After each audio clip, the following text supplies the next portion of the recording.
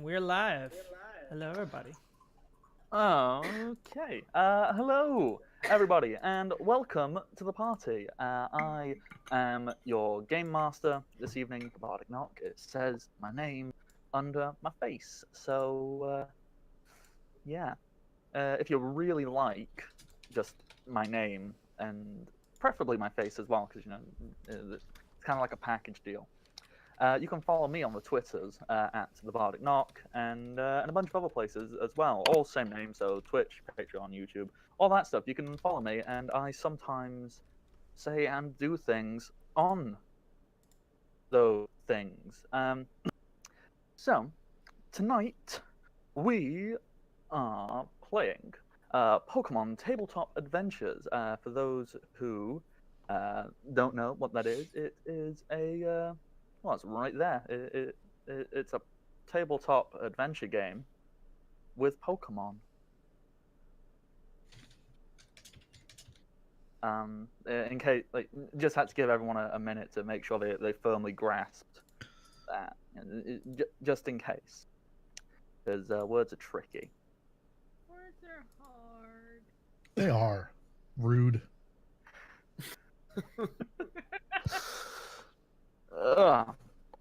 Okay, so I said my name. I said welcome to the party. So now is when other people say their names, and yeah, let's. Ooh, I don't know which direction it is. Whichever direction Teddy is from me, either that way or that way. I'm not sure because I haven't figured it out Your yet. left. This one? Yep. That way. That way. There you go. That's a wall. But literally, just beyond this wall, and several thousand miles away, is Teddy.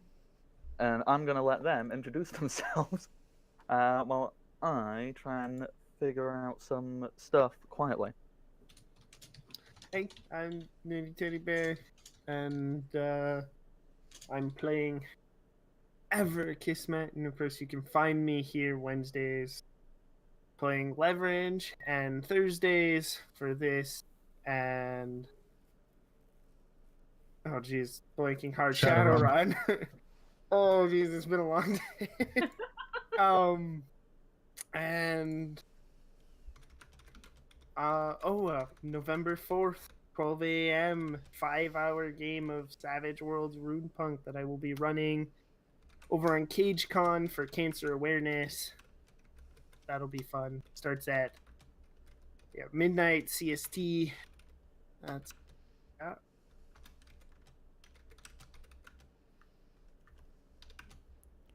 Is Clementine next? Yeah. So right underneath Teddy, we have our resident bundle of joy and positivity. Michi, could you please introduce yourself? I am Michi at MichiSars at Twitter. Tonight I'm playing Clementine, who is definitely far too nice to be mixed up in all of these shenanigans. Yet here she is. Music just happened, and that was confusing. Yeah, I was just sorting something out. I meant to do it beforehand, but I forgot. But I think it worked because it came right as you said. Here she is.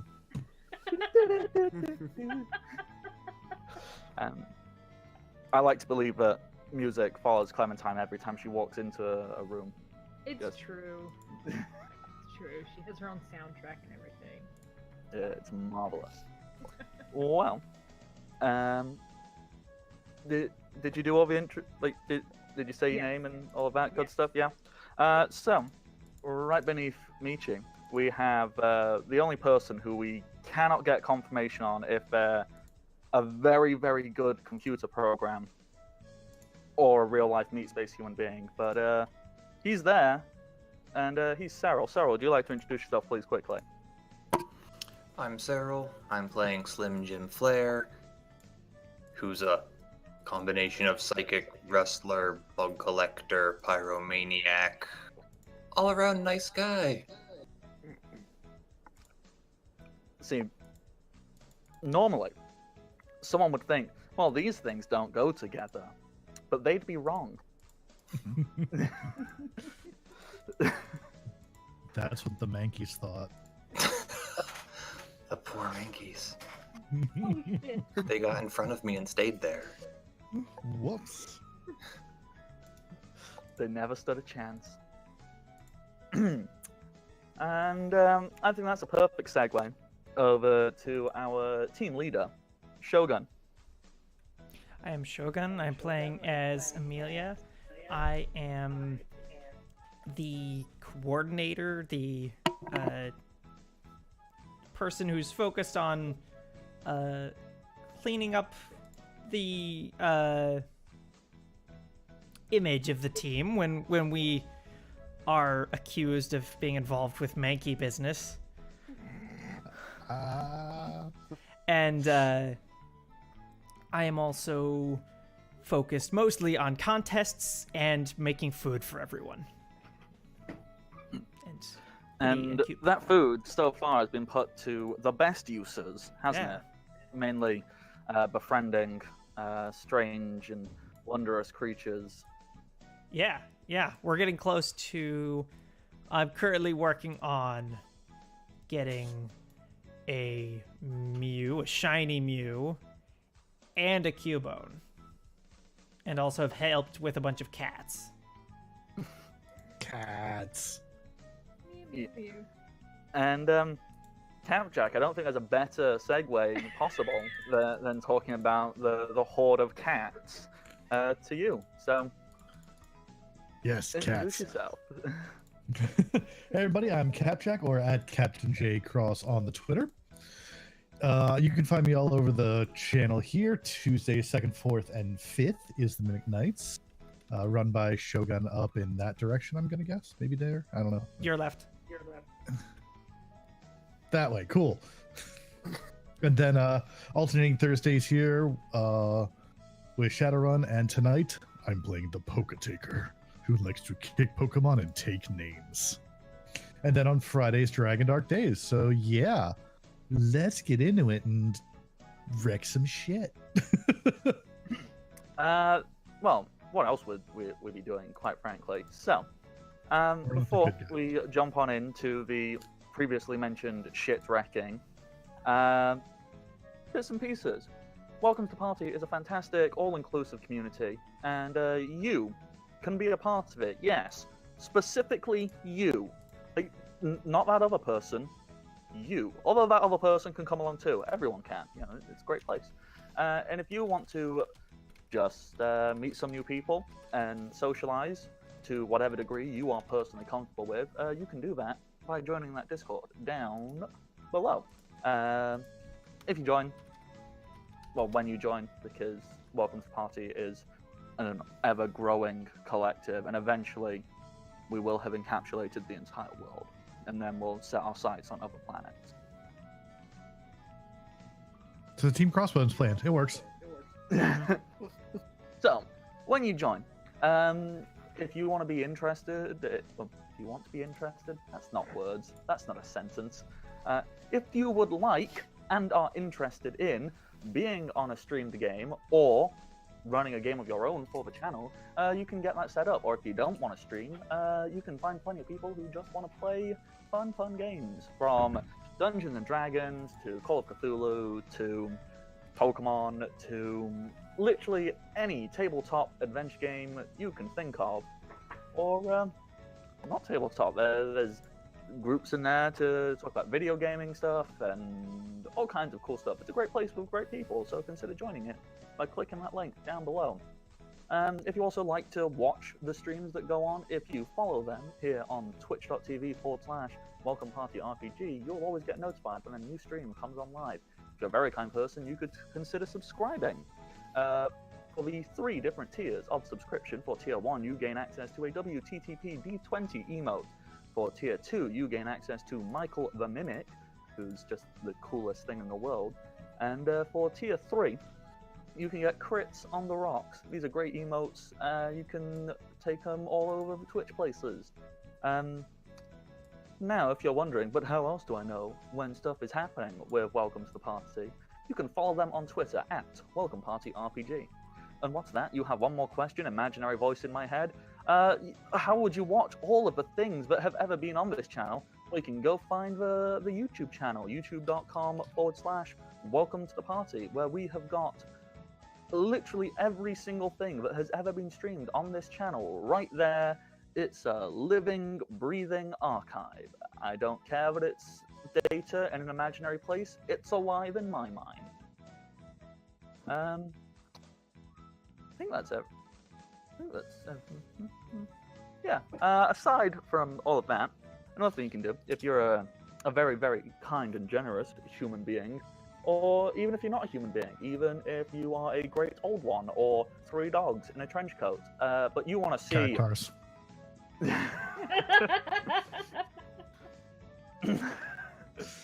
But you want to see something more interesting happen, you want to help or hinder the party, you can donate bits whenever a game is ongoing. For 500 bits, you can affect a game in a small way. So, be that recover some hit points, get some spell slots back, use a Pokemon move quicker, reduce the difficulty of catching a Pokemon in this game, for example. Or, for 1,000 bits, you can make a substantial change occur.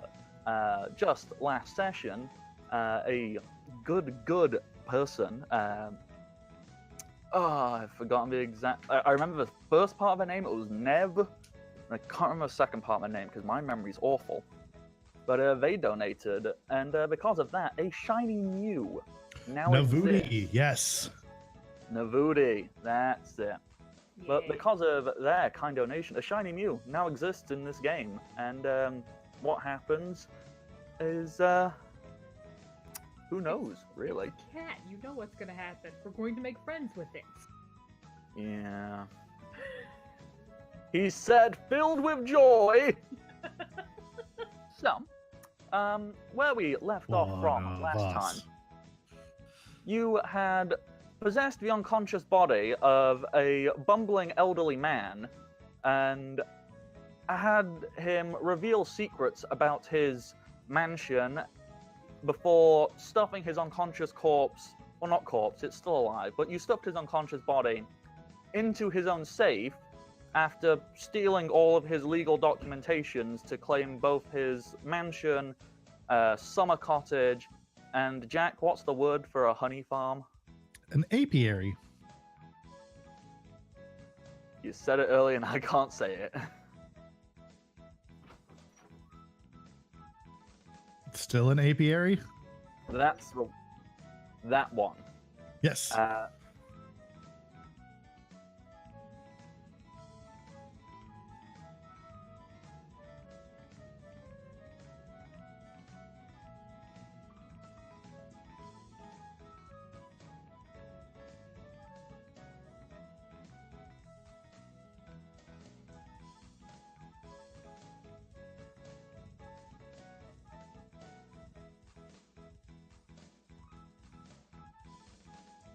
A bunch of cats in a house, and you all have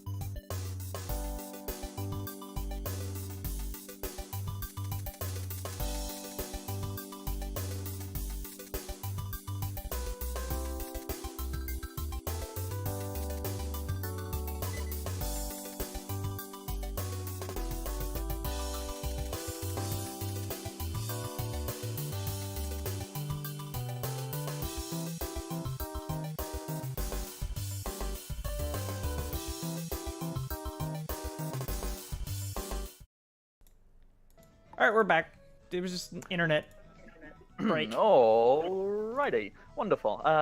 We're not 100% certain where it went out. We think it was somewhere around the word which I really cannot say. Apiary? Is that the There word? you go. That's the one. Did I say it? I Perfectly. said it. Yes, success. I don't care what happens for the rest of the night now. You guys can do whatever the fuck you like. I said a word. Okay, we're capturing that Mew with 100% guarantee rate. You said whatever. I meant you could try anything. Ah, no. See? It's recorded for the world to see. We are criminals, so we know the letter of the law better than anyone. Allegedly. Yes. Okay, so basically all I said after that was the unconscious elderly man is still stuffed inside his own safe, although it's not his anymore, it's yours, so technically he's trespassing. Mhm. Or a guest. No, we'll call the cops No, on he's him trespassing. soon. Yeah. And, yeah. What do you guys want to do? You've got your 50 honey. We're storing it here. Though we said last session there was a like some ice. Jars and stuff. Yeah. So we're gonna store it here and we'll ship it back on our way back to the mansion. I mean, okay, I don't want to. Well, screw it. I'm a game master. I can do whatever the hell I like. If you so want to, you could send a text or give Jolene a call and have her send over, like some of the tie rogues or something like that. Just walk on through, grab it, and take whatever you wanted back, or bring anything over here that you wanted. Slim had some on him, so Yeah, I had like two. I had 2 bottles I filled up yeah. with So honey. you have 2 bottles. Yes, and those 2 bottles I said were worth 2 each, so you personally have 4, don't you? Okay. Gotcha. Yeah, so you've got That's nice. 4 amounts of it, and then we've got 50 right here. So we'll just have the Tyrogues take this 50 back, and if for some reason we're desperately in need of honey, we have plenty. Do we want to call it 50 pounds because we're terrible imperialists? I think so, yeah.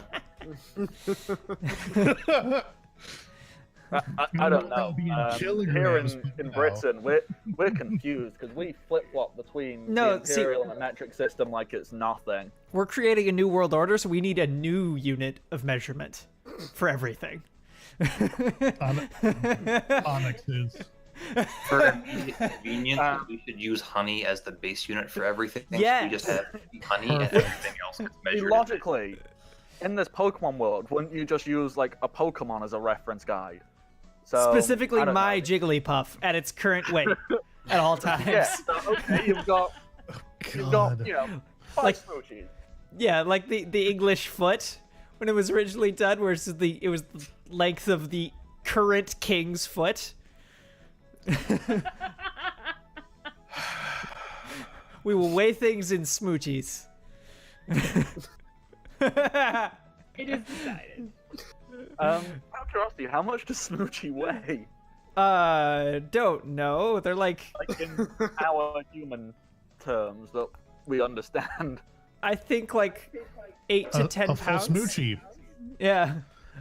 1 I Smoochie think we just established smoochie weighs exactly 1 smoochie. Yeah. at all times, no matter if they put on weight or not. Yes. Are you calling Smoochie fat? Wow, Bardic. Jeez. What? No, I think it would be something like 8 to 10 pounds or something. Yeah, just quickly checking it. Jiggly.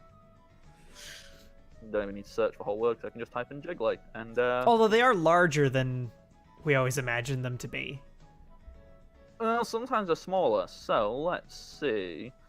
Come on, computer. Quicker, We quicker, could quicker. rate it in those sky whales. Okay. Jigglypuffs, according to the Pokedex, weigh 12.1 pounds or 5.5 kilos.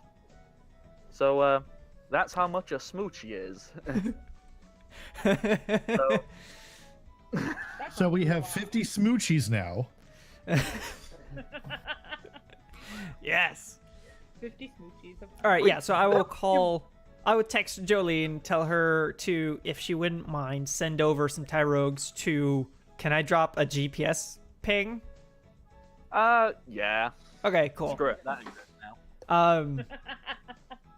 That means there's satellites in space that we can take over.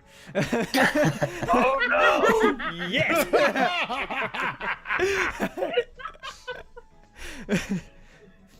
Yeah. Next, all I need to do for my plans to work is I need to now make you establish that oil rigs exist, and then we win. I come out for heaven. Because, you know, if any form of transportation exists that isn't powered by Pokemon, so anything that runs off of a basic concept of fossil fuels means that oil has to exist. Awesome. Cool, thanks. And I've already We're gonna go make established outer there's a heaven. flying fortress and there's boats. Yep. So, Yep. Cool. yeah, I guess they exist. All the boats just run on Magikarp under the surface.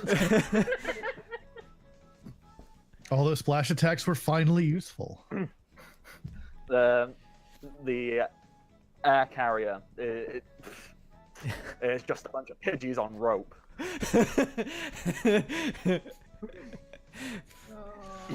Pokemon uses cut. It goes poorly. Oh no! Okay. So, guys, that can happen. It's obviously not going to happen instantly. The Tyrogues need to walk up and whatever. So that's like they will get on and do that while you are progressing with other stuff. Or you can go, we're going to sit around and twiddle our thumbs until they arrive. No, okay, if everyone's ready, if you wouldn't mind, let's go to Roguesport and do our shopping.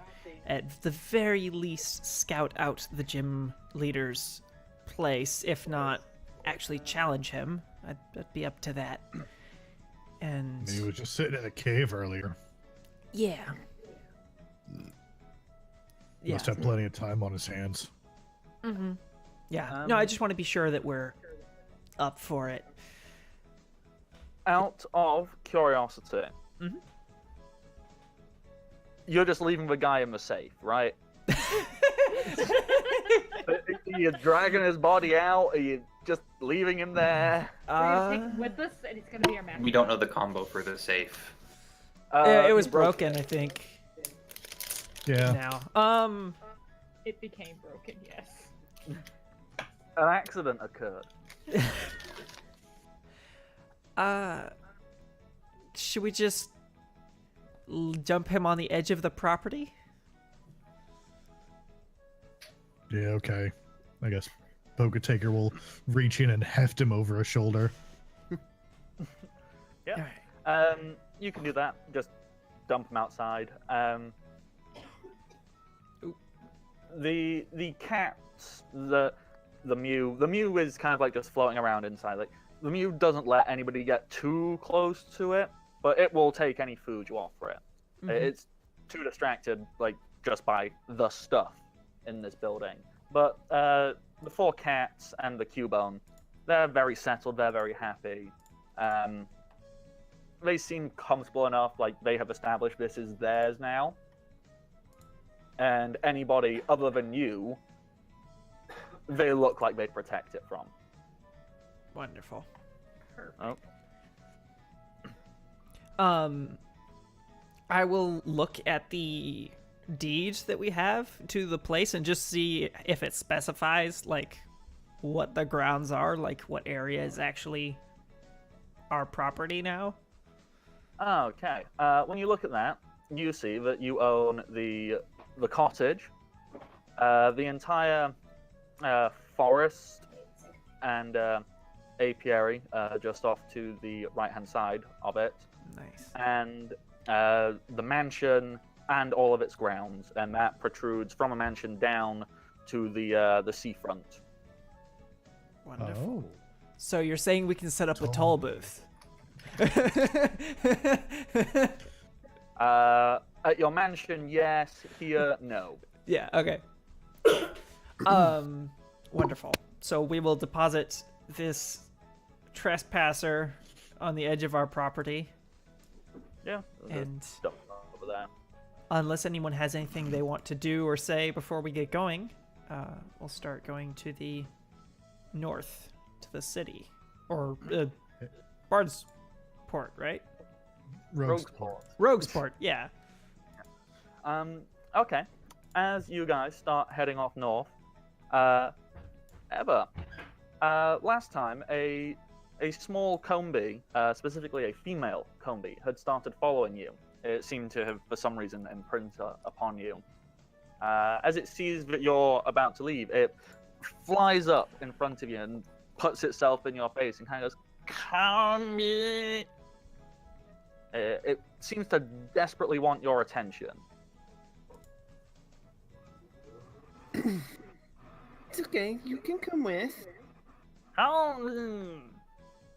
And it kind of does a little spin round, and then it's gonna just like pop itself like not on your shoulder, it can fly, but just near your shoulder, and will happily fly along beside you.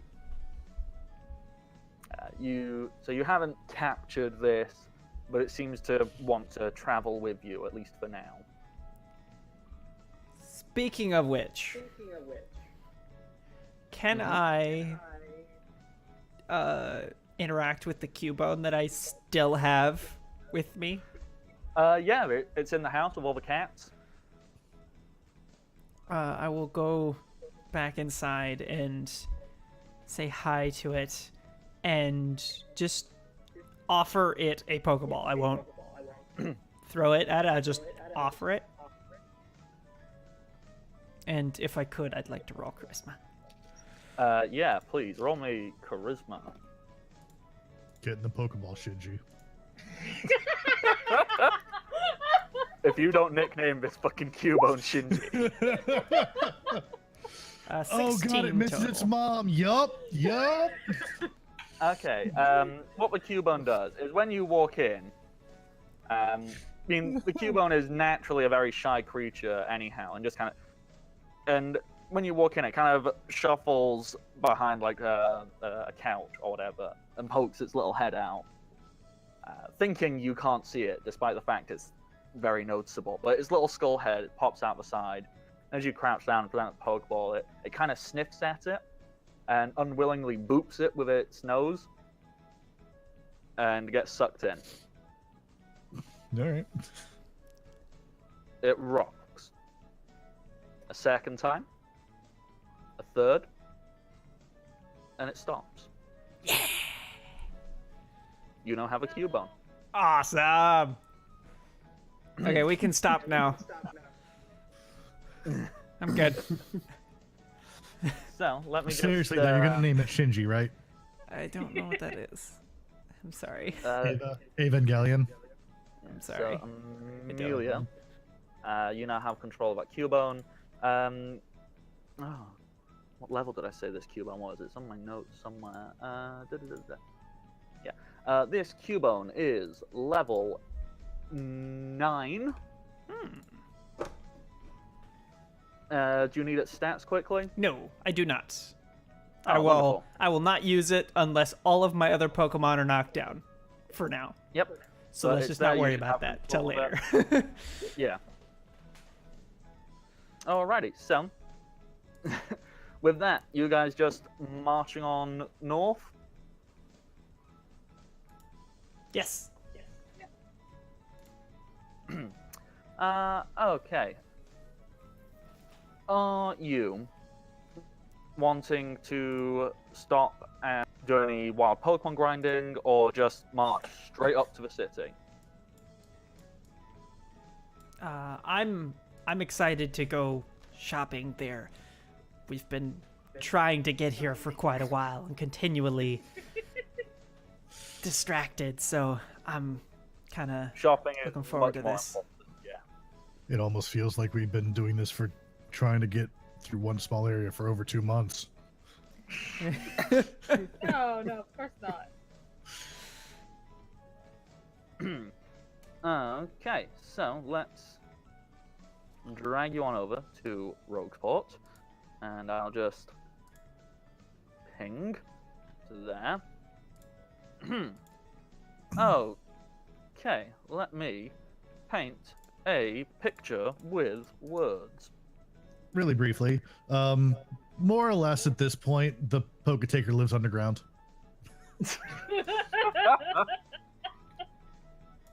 He's just following the group along underground with the Onyx.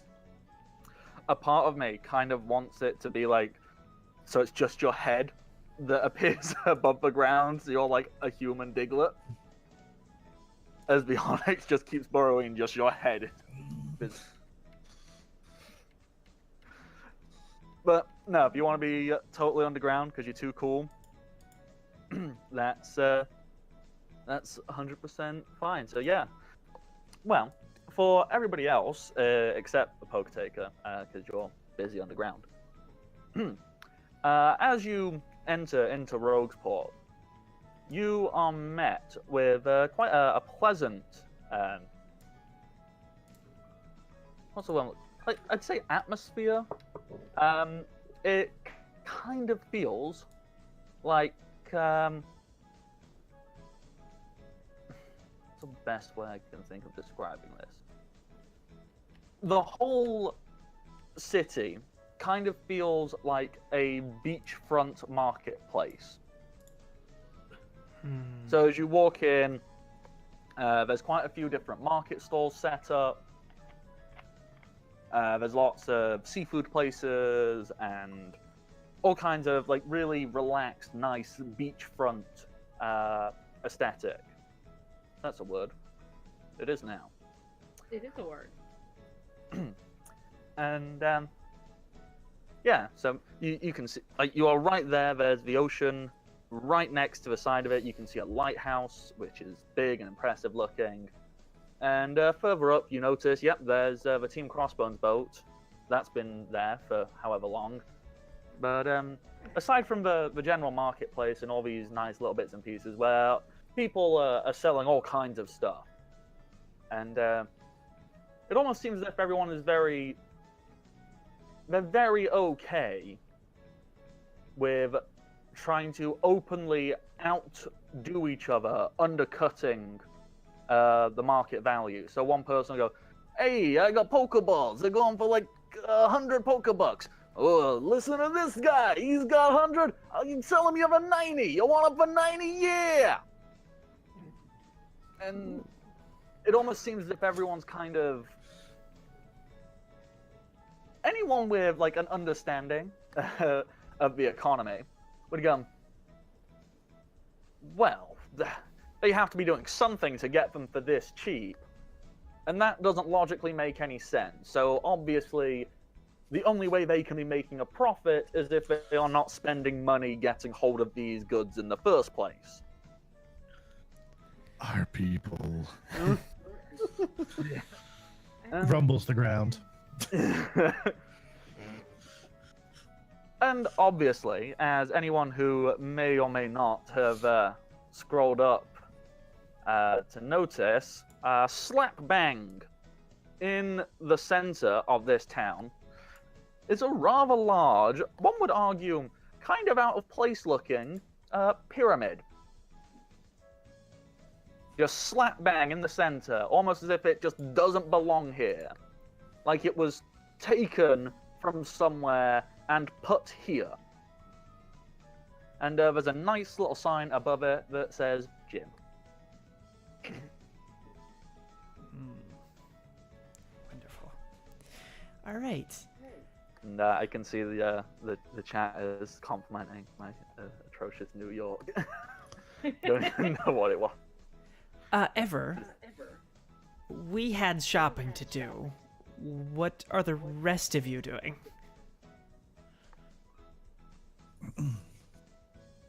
And I like text the Poke-Taker like like, could you pop up for just a second so we can chat? Just lean down and knock on the ground.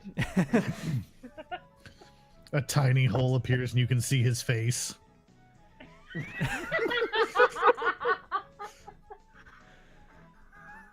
So what are you doing while we're here? It's kind of a free reign, go enjoy yourself bit. Well, I see a Poke Center over there. We're gonna rescue that joy too. We need to be together for that bit, so I think that was next on the agenda to go see what the situation is over there. I recall I mean, Jolene saying she didn't like the one here. no. I don't know. Maybe it's the mind control. I don't know. Yeah, no, I think we should check it out for sure. You want me to grab anything while I'm down here? Information? Can you get any structural information on the Yeah, totally. buildings? Hey, do me a favor. Find out if we need to go to the top of that pyramid. Okay. Slim, what are you up to? I think I'll go have some of my ghosts to do some scouting. All right. See what they Wonderful. say. Ever and I will be going shopping and probably checking in on the boat, just making sure that everything's all right. Clementine, what will you be doing? I mean, probably also going shopping. Wonderful. 'Cause stuff. Wonderful. All right. We'll meet together soon via text. So I will, unless Ever does want to do something else first, the three of us would go to the market area. Alrighty. Actually, now that we're in town, Ever's gonna slide up next to Clementine and just be like, "So, Clementine, I got a question. So, I've been thinking about changing up my style a little bit. Maybe going a little more punk. Just wondering what you thought." I mean, what kind of things were you thinking about?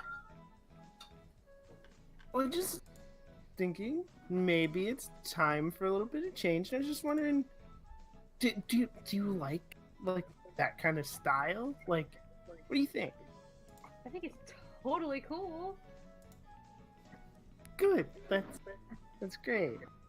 Thank you. And just gonna go. Make it gayer.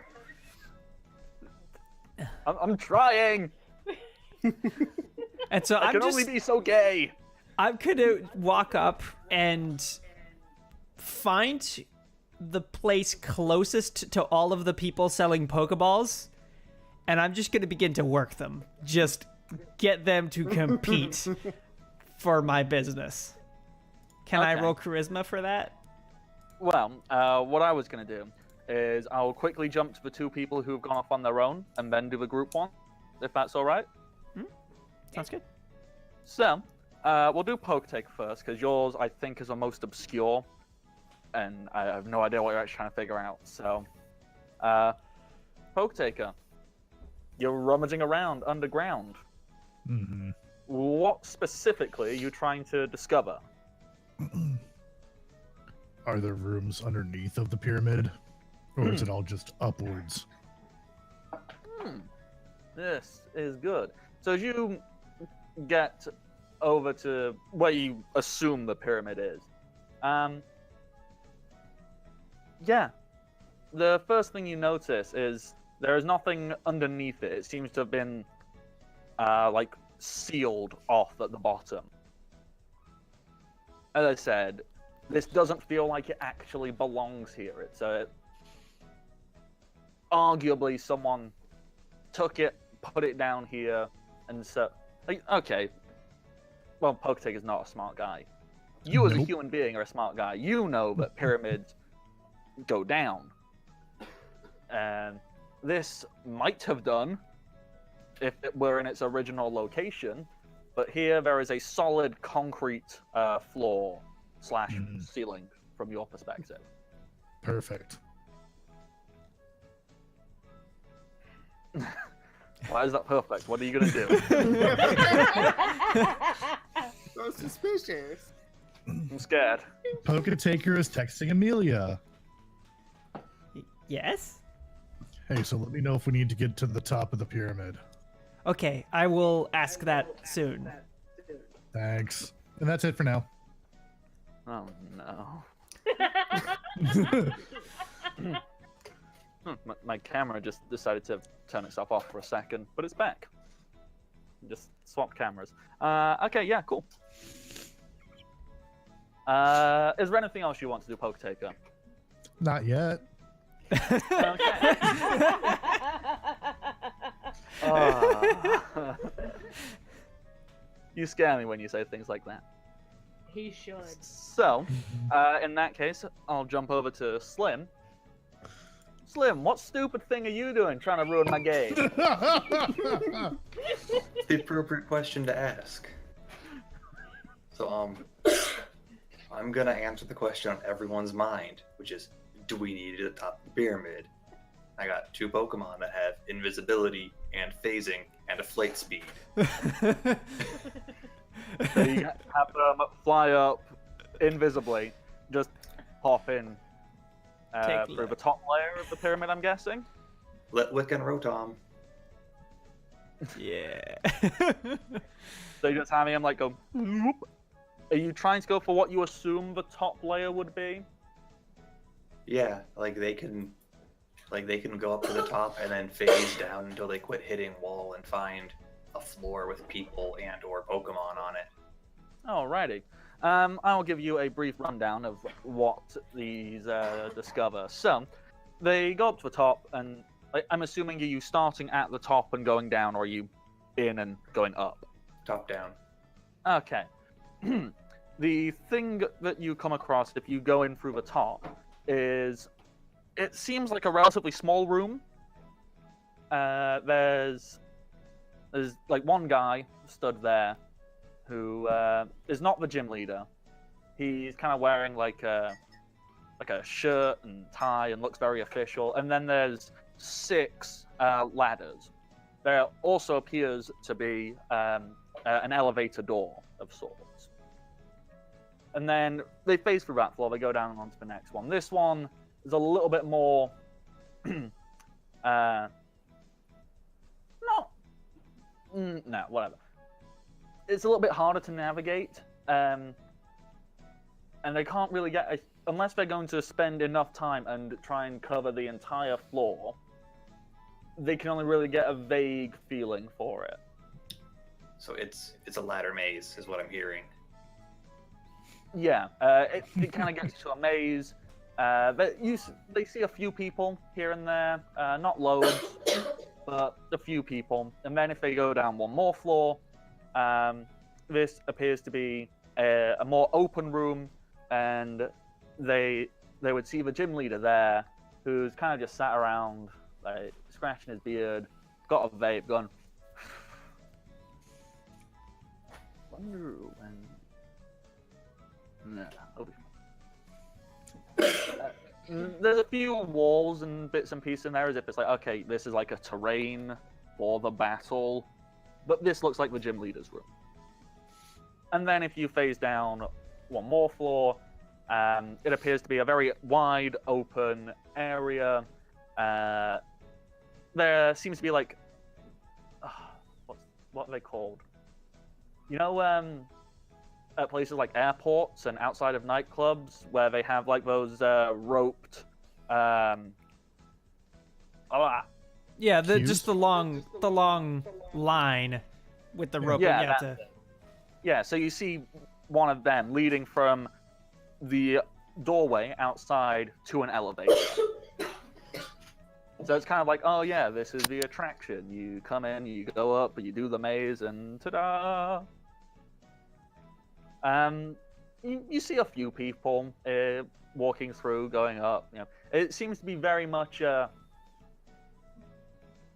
doesn't seem to be like, ooh, you need an appointment. It's very much, well, hey, it's a maze. It's open all day. You show up, you figure it out, you get through it, and then you leave. Well, you spend all day in there if you're useless. Get a sticker because you got lost. So, yeah, that's pretty much the outlay of the pyramid for you. Good job, Obviously, Ghosty then they Pals. return to you, and you get all this information from them. Good job, Ghosty Pals. We'll see you soon. They both, well, they can't give you a thumbs up because they have no hands. They give you looks as if they wished they could give you thumbs up. It's a very specific look. But they've probably given it you many times before. Okay. Team shopping trip. Yay! So, Amelia, the first thing you wanted to do is you wanted to try and get some people to out-compete each other for getting your attention. Mm-hmm. How are you doing that? I am going to goad them. I'm going to casually, not extremely aggressively, but casually insult their wares and their prices, telling them that the stuff they've got's not good enough for me, and also outrageously priced for the crap that they're trying to sell. So at the same time, I want them to bring out the highest quality Pokeballs I have and push the price down as far as I can. Okay. Roll me charisma, please. Oh, a 9. Hey! Whoa! Hey! Hey! Oh! Ho! Whoa! Hey! Oh! Whoa! Hey! Hey! You trying to insult me here now? Like, come on, lady. That's not cool. I work hard to get hold of all this stuff, and you're here telling me it's crap, it's garbage. I pull out a Pokeball. Forget I found you. this on the ground.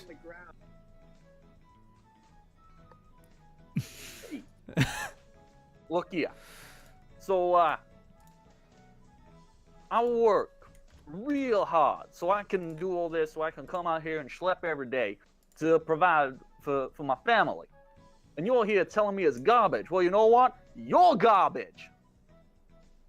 And I will, like, look behind myself as if he must be pointing at someone behind me or something.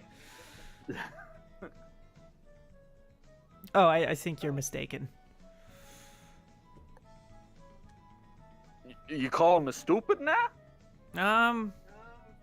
And I turn immediately to the person next to him. Is he stupid? Oh, yeah. Him right there? Total moron. What you want to, like, and I see why you don't want any of his stuff. Like, come over here, little lady. Come here. I got plenty of good stuff to show you. Like, what are you in the market for? I mean, look, by the looks of you, what, you like fashion? I got some real authentic Poochie. You want Poochie gear? I got Poochie gear. Want to be a member of the Poochie gang? Got it real authentic, off the back of a truck. It's great quality. Mainly, I need some Pokeballs. And as I was pointing out, I found this one on the ground, which is nice and all, but it's, it's a regular Pokeball. Do you have anything perhaps a bit better than that? Oh, believe me, we got every single kind of Pokeballs you'll be wanting. We got the Pokeballs, we got the Great Balls, I probably ain't supposed to be as telling you this, but you look like a lady of a particular level of taste, right? Mm-hmm. So, you know how they sometimes got those, those special ones, those like real fancy looking ones? Mm-hmm. I got me a hold of some of them bad boys, and they weren't easy. So, unfortunately, I can't really offer too much of a discount on them. But, I got balls for catching Pokemons out in the water. I got balls for catching Pokemons when it's dark. I got balls that'll make Pokemons your friends. I got them all. So, what I can do is for you. Look, what I can definitely does for you is I can get you a grab bag. You don't have this Ultra Ball thing, do you? Do you think I'm stupid enough to walk up to these great big, like, Pokeball factory type place, which has got rangers? Like, Ultra Balls is like their highest priority. I can only get that's the, all right. the pieces. All right. Well, why don't we see? Do you have a?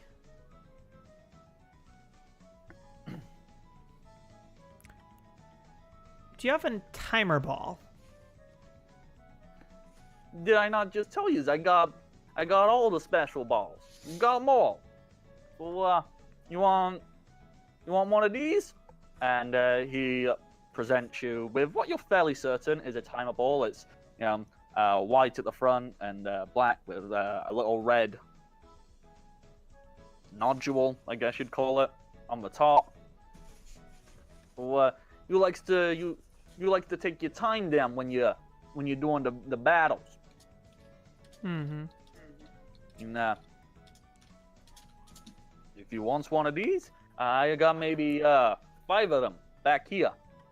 Or if you want more variety, okay, let me just do some quick arithmetics. I don't even know what that means. It's a big fancy sound word for a fancy looking lady. So, Here, let me just alrighty. tell you what I would like, if you wouldn't mind. Yeah, please go ahead, little lady. All right, I would like a quick ball, 2 dusk All right. balls, Mm-hmm. 1 nest ball, or sorry, net ball. Excuse me. 1 timer ball. And yeah, and 1 heavy ball and 1 love ball. All right. So, he kind of pulls out various trays and, presents all of these different things for you. So you're gonna get these lowest price, all Dodeca region here right now. But obviously, I gotta make a profit. I gotta feed my family. I gotta feed me. Gotta make sure the boys get their bits. I can get you these $7.50 each. Can I roll charisma to push it down? Please, go right ahead. 23.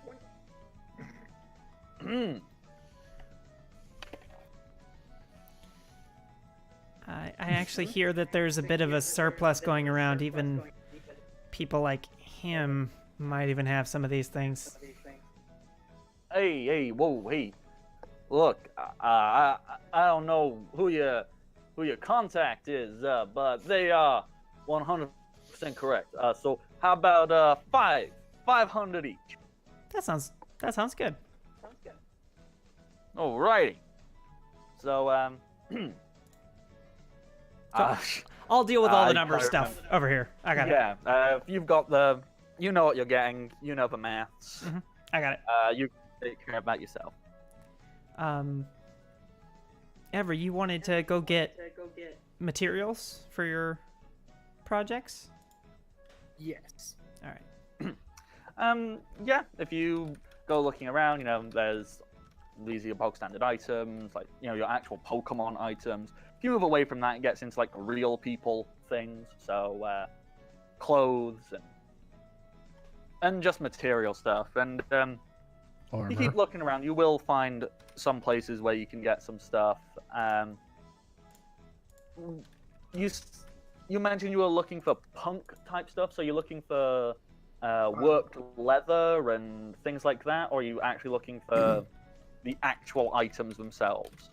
Oh, I'm looking for materials. So yeah, leather, lots of denim, just scrap cloths in general, old T-shirt, stuff like that.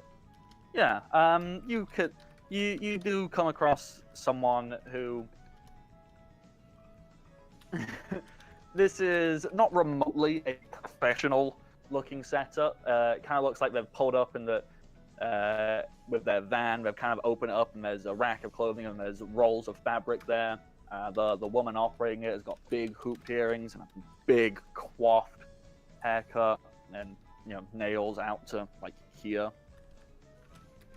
And she kind of takes one look at you as you're kind of eyeing up, and she'll walk over and go, "Oh my god! Like, are you wanting to get a hold of some of this here? Because I can cut you a fantastic deal, darling."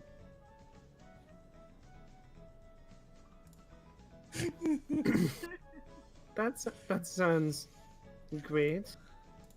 See, What kind now- of deal? Well, that depends. What kind of things are you looking for? Well, to start, I need lots of denim. Oh, sweetie, we got denim coming out of... Well, you don't want to know where we got it coming out of. Well, that and I can't tell you, because then I couldn't keep selling it. If everybody knew where I was getting a... Woo! So, and she'll go and she can just bring out like these... Like this quite large-looking cardboard box just filled with offcuts of denim. Some bits you're fairly certain, like, I can see the skirt that was once. All you've done is take the seam out, and now it's just denim material, and you can see like the vague parts of it. It's just a full box of denim material, and one of leather, and there's one with all kinds of like over-the-top jewelry and all kinds of cool stuff in it. So, how much you're looking to spend? Because, quite frankly, I've been trying to give this stuff away. Well, for the box of denim scraps, 10. Really? You come over here and you offer me 10 bucks? Come on. It cost me more than that for the box. You literally just took a bunch of old skirts and stuff, sliced them up, and you're trying to sell them to people for more than wood scraps are worth? Okay. How about I give you all of these and... hang on. And she'll kind of totter off, her heels far too big for her, quite frankly. It looks kind of hilarious as she totters off and starts rummaging through. And she pulls out this leather jacket with one sleeve cut off of it. It's got a chain draped, a small chain draped across one of the lapels.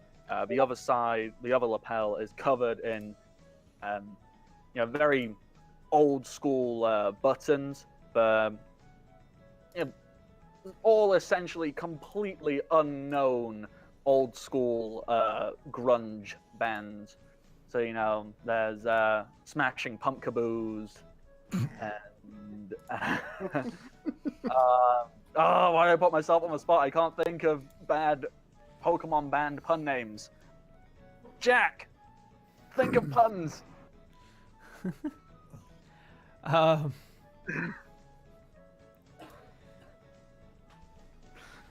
But yeah, she'll present you that, and you can tell that this is actually a very high,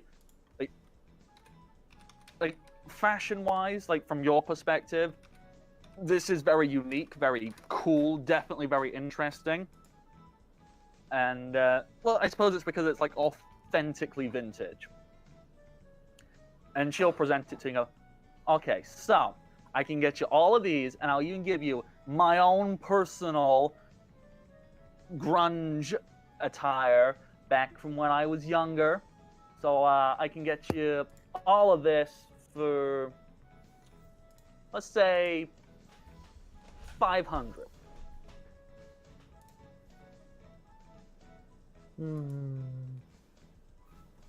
Okay, the jacket's worth it. Yeah. So with that, you can now consider yourself as having a bunch of leather and denim and all kinds of different cloth and fabrics, and this one exceedingly cool jacket. Awesome. Is there anything else you are specifically looking for? Shoes. Oh my god, shoes. Oh my god. Oh my god. Shoes. Darling, you're looking for shoes? What kind of shoes? Because as you can, and she gestures down to her shoes, and now you take a good look at them. These are bedazzled within an inch of their life. I love shoes. So, but I go through them like they're nothing. So I've always got plenty more. And she pulls out these boxes and boxes and boxes of shoes, ranging in everything from combat boots to stilettos, and well, that shouldn't exist. That's a combo boot stiletto. Seen it. They're pretty sweet. They are pretty cool, but everything you can imagine shoe-wise. Okay, so she has a Pokemon version of Converse. Oh yeah. Okay. Ever grabs the nicest pair of those for herself and the pair of combat. Alrighty, yeah. For them, she'll kind of looking on. Ah, see. The boots, they're gonna put you back. The little canvas ones, you can take those, sweetheart. They're a dime a dozen. The boots, they're gonna be an extra 200 if you don't mind. Sweet Doc Moltres.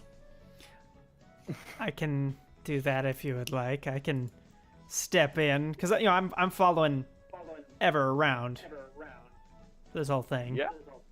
Yeah, if you want to step up. That seems a bit much for just some rather nice shoes and other assorted things, but you're just generally a tiny bit too expensive, I think.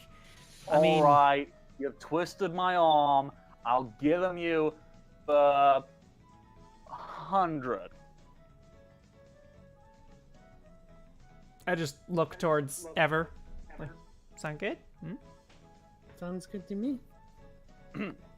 Alrighty, yeah, there you go. You can add combat boots as well, if you just knock off another 100. Is there anything else you specifically are looking for? Because I can jump over to what Clementine is shopping I'm for. good. Alright, Clementine, what are you looking And a for? really Miss? quick text to Amelia. See if they have any ranger armor.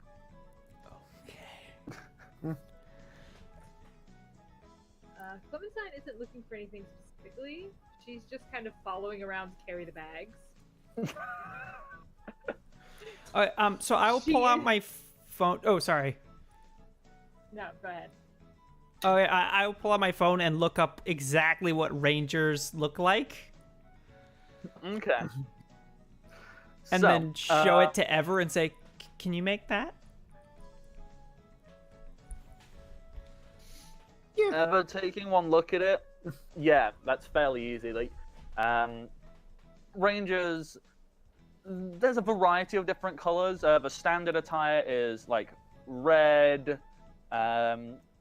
pseudo-military-esque, but not excessively so. It's kind of toned down with little berets on. There's also a bluish version, a greenish version, and a whitish blue version. You can kind of assume. Oh, and then there's also like a desert version. Okay, yeah, it's all for different areas. So yeah, they're obviously sea, they're mountain, they're desert. Like it's a very easy design. You could very easily duplicate it. All right. Just point out which materials, and we will get stuff to make it in a variety of colors. We'll just get the raw cloth. Tell me what kind you would need. Yeah, I think I'd just go, like, walk away from this booth and go find a booth with just, like, what do they call them? Not Bolts a of very. Yeah, cuts of fabric. The actual. Yeah, just- like fabric swatches and Yeah. all that stuff.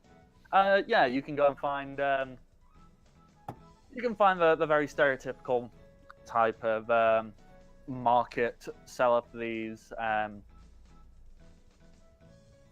All right, we'll just take this thing and this thing and this thing, and I'm just grabbing like they're not spools, but they're like the back folded, like Bolt. Yeah. bolt. That's it. Yeah, and so I'm just gonna grab like whole things and just here. We'll take this and this and this one and this one. And so I want just an abundance of material for this project and future projects. How much for a video game RPG? Just generic supply of cloth. Yeah, that's perfect.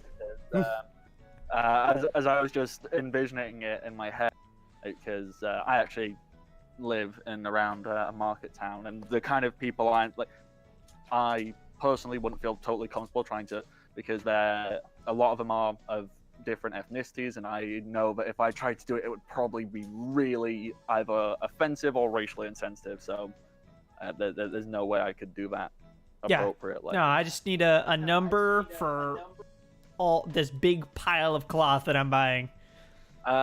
Big pile of cloth. Okay, so to make 5 outfits, in how many colors did I name? So standard. No, I'm Like not thinking four- like just for 5 uniforms for a few colors. I mean, I want a supply so that we will never have to come back here to buy cloth. Just all of the Okay, you want cloth we will enough ever cloth that need. you'll never run out. Yes.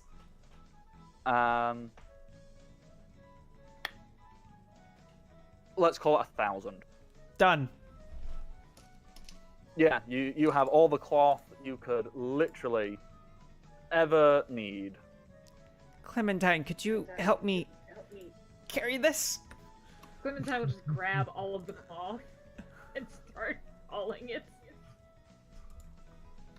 Thank you. You're welcome. All right.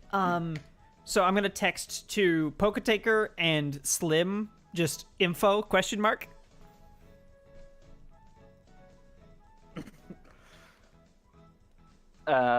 As if you're asking them if they want anything. No. Sorry.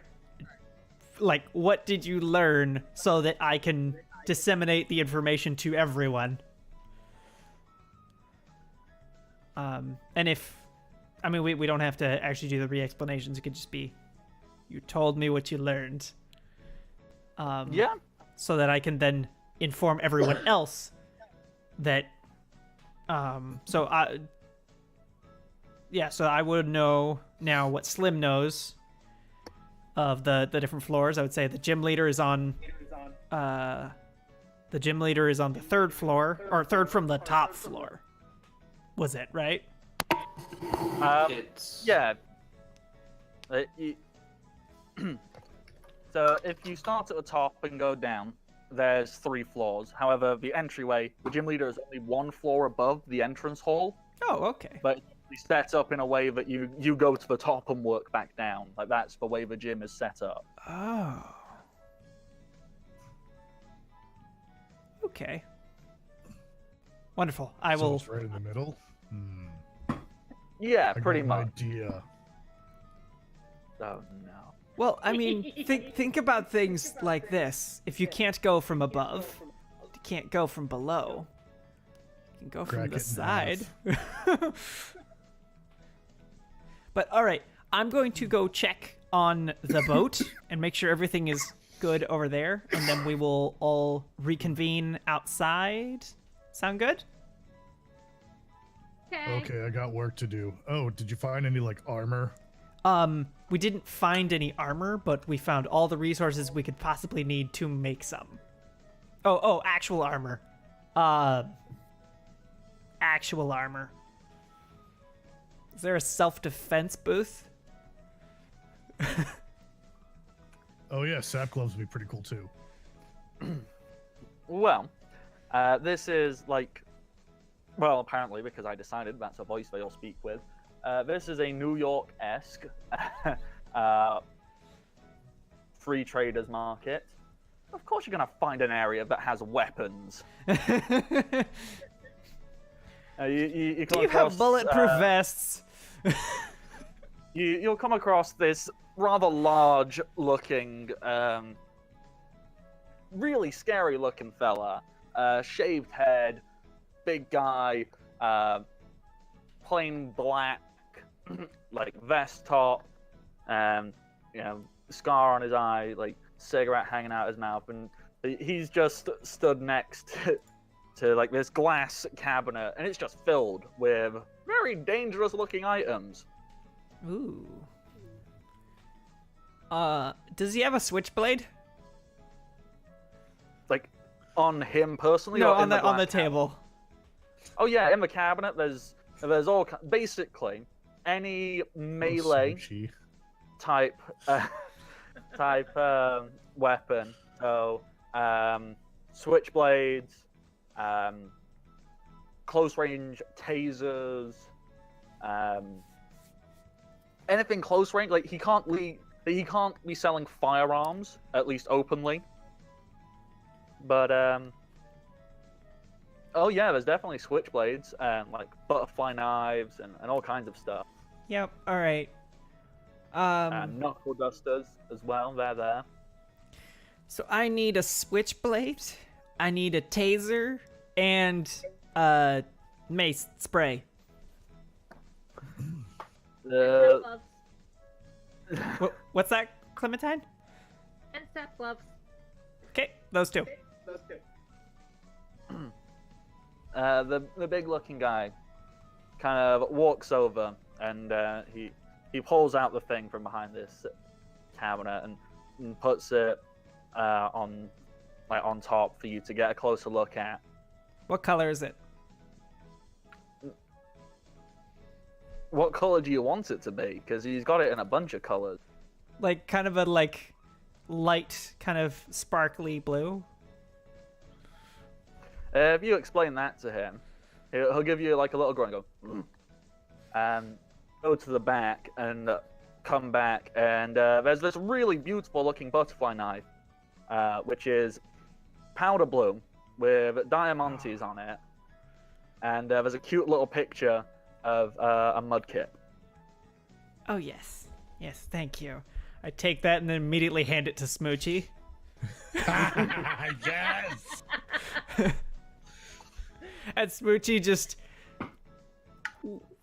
with the method showing that she has had practice, just goes, and then just tucks it under her arm. It's mine now. Yeah, I'll take it. Oh dear. Just a reminder for those who aren't aware, Smoochie is a Jigglypuff. So, your Jigglypuff now has a switchblade. Yes. And the other things you wanted, do you need them in a particular color or anything like that? Or The mace, no, and the taser, pink, please. he gets you a pink taser and presents that. The taser, it's kind of pink and it's got a cute little picture of a plusle, one of the pretend Pikachu things, doing a little.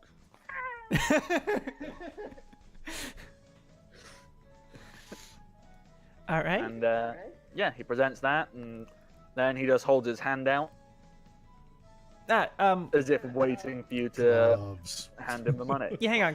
Clementine needed gloves. 2 pair. Two pairs. What kind of gloves? Sorry. Step gloves. Basically, they're gloves with like, if you're doing the military version, it's like hardened knuckles, or it can be like a leather glove with like lead shot inside of it. It makes you Wow. hit harder. Yeah, that's cool. Yeah, it does. Well, Clementine, what kind of gloves of these do you want? Because they can be any design, any color, anything. I highly encourage you to make them as ridiculous as possible. Well, I mean, one pair is just gonna be straight black because Poke Taker. And the I other personally pair- think that all the knuckles on the poke takers should be in the shape of little Yamask masks. Yes. Yes. As I said, please be as ridiculous as you would like with this. Like, This is just gonna be like, do you have them in rainbow? he kind of looks at you, and then kind of gives he gives you this look like, of course we do. Comes back, and when you say rainbow, what do you envision? Like they have a rainbow on them, or that they are literally from wrist down to knuckle, like, okay, here's a block of purple, and then so on and so forth. Yeah, like just multicolored. Oh yeah, rainbow. All right. And last thing, and then we will pay for all of this stuff. I would like. Okay, so what I would like is, you know how I bought as much as we could need of cloth? I want Yeah. armor padding. So the stuff, the inserts that you would put inside of bulletproof vests, or, whatever we can get. Obviously, there's a limitation on what we can get, but that stuff so that we can put padding into anything. Okay. Well, there are 3 different types of padding for this. There is fireproof, shockproof, and just generic like Kevlar. We'll take the generic. That's going to be very, very expensive. Yep. Because Kevlar is expensive. Yep. So that would probably put you back about. If you want essentially an infinite supply, that's going up to nearly 15 grand. Talk him down. Yeah. Does that include the other stuff we're buying or no? All the other stuff you collected, that as a bundle, that is. That is 5,000. So 20 grand for the whole Weapons are thing. expensive. Yeah.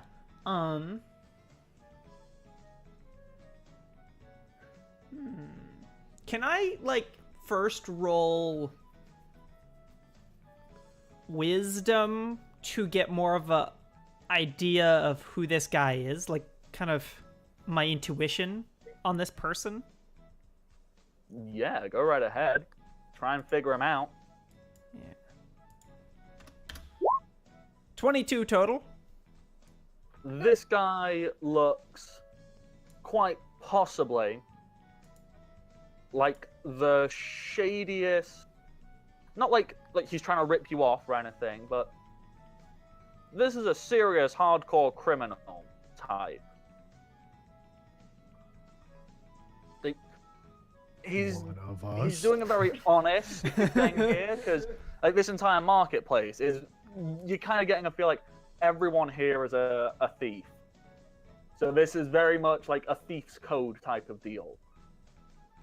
Like everyone is very honest with each other because they go and rob everyone else. All right, yeah. Everyone that's not them. Yeah, they're the words I was looking for. Do I get the impression that I could... Do I get the impression that he...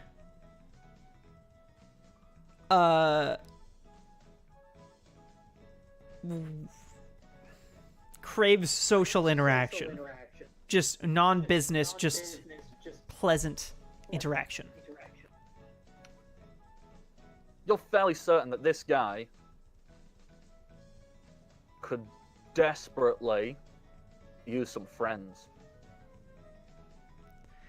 Look at him. He's big. He's tough. Screw it. He's got a face tattoo now. It just appeared. He is probably physically the most intimidating human being you have ever seen. Like, almost. In fact, you know what? similar level to the Poker Taker. One could very easily, like, if you were to stand these two next to each other, he's probably a good couple of inches taller and a couple of inches wider. But less charismatic.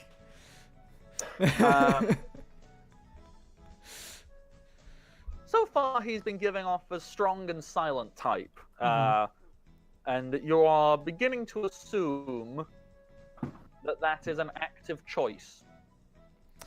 Clementine, watch my back. And I'm going to calmly, like not in a, like he can see me, not hiding. I'm going to walk around the booth to the back, to his area of the booth. And I'm going to walk up to him, being as tall as I can be, but definitely not be able to see eye to eye to him, but looking up at him and just stare into his eyes for like 4 whole seconds and then give him a hug. Charisma check, please.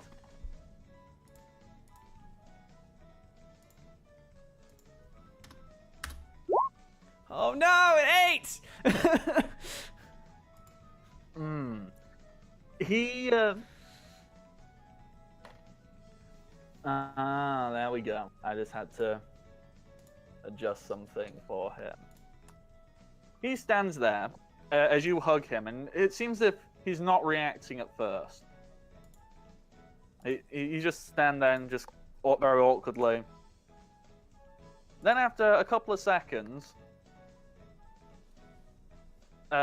you feel his chest tremble a little bit, and you hear from coming above you a very loud, what you can only describe as a sniffle.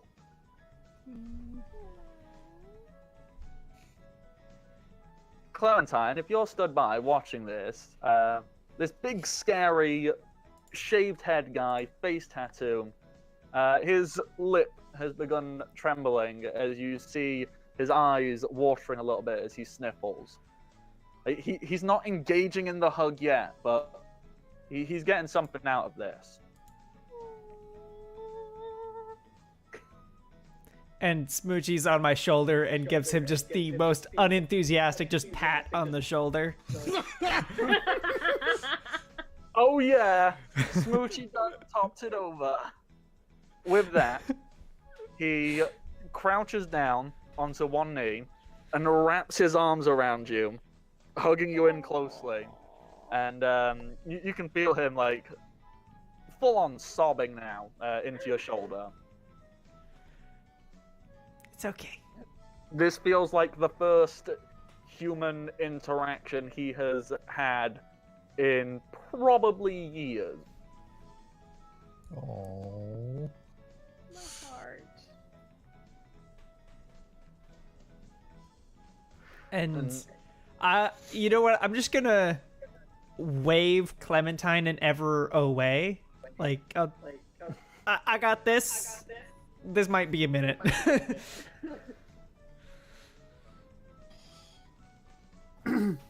Okay. And so yeah, I'm just gonna stay there until he's done. And he quite, not like immediately, like after a good 5-10 seconds or so, he stands back up, dusts it himself off, wipes his eyes, and looks down at you and goes, "Thank you. This was very kind of you. It was nice."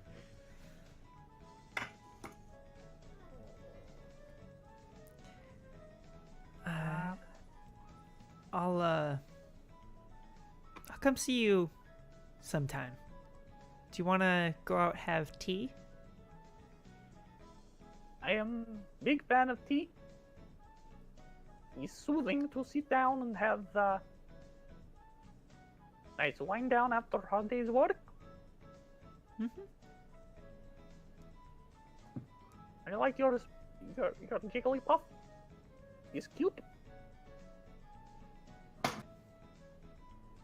Thank you. I was wondering why it is you're needing weapons in the armors? Yeah, we're, you know, I kind of like just indicate with my arms to the area. I'm like, we're this kind of people, and we've got projects, we've got plans, and When you say that, you've piqued his interest. You are in need of supply men? yeah. You've been looking for a way to get out of business. It's actually quite... He's tough to do on one. Would quite like to find a group willing to go for a big time. Hey, what is your current housing situation?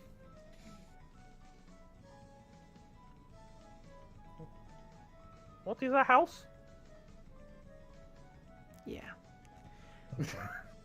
Why don't you pack up? I've got a place for you.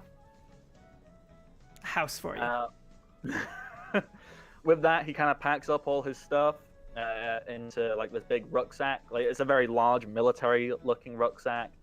Slings it on.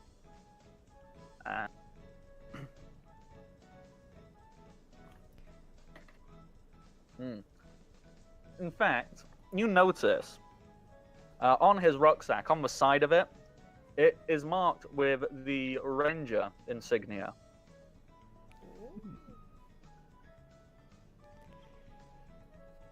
Nice. So, I would still like to buy those things if you wouldn't mind, and we'll see you there. You can have a room down there. I mean, you know, it's not the biggest place. We don't have infinite rooms, but you know, we can set up a place for you to stay there, and you're welcome there. Where are you pointing him a direction of? The cottage or the mansion? The mansion.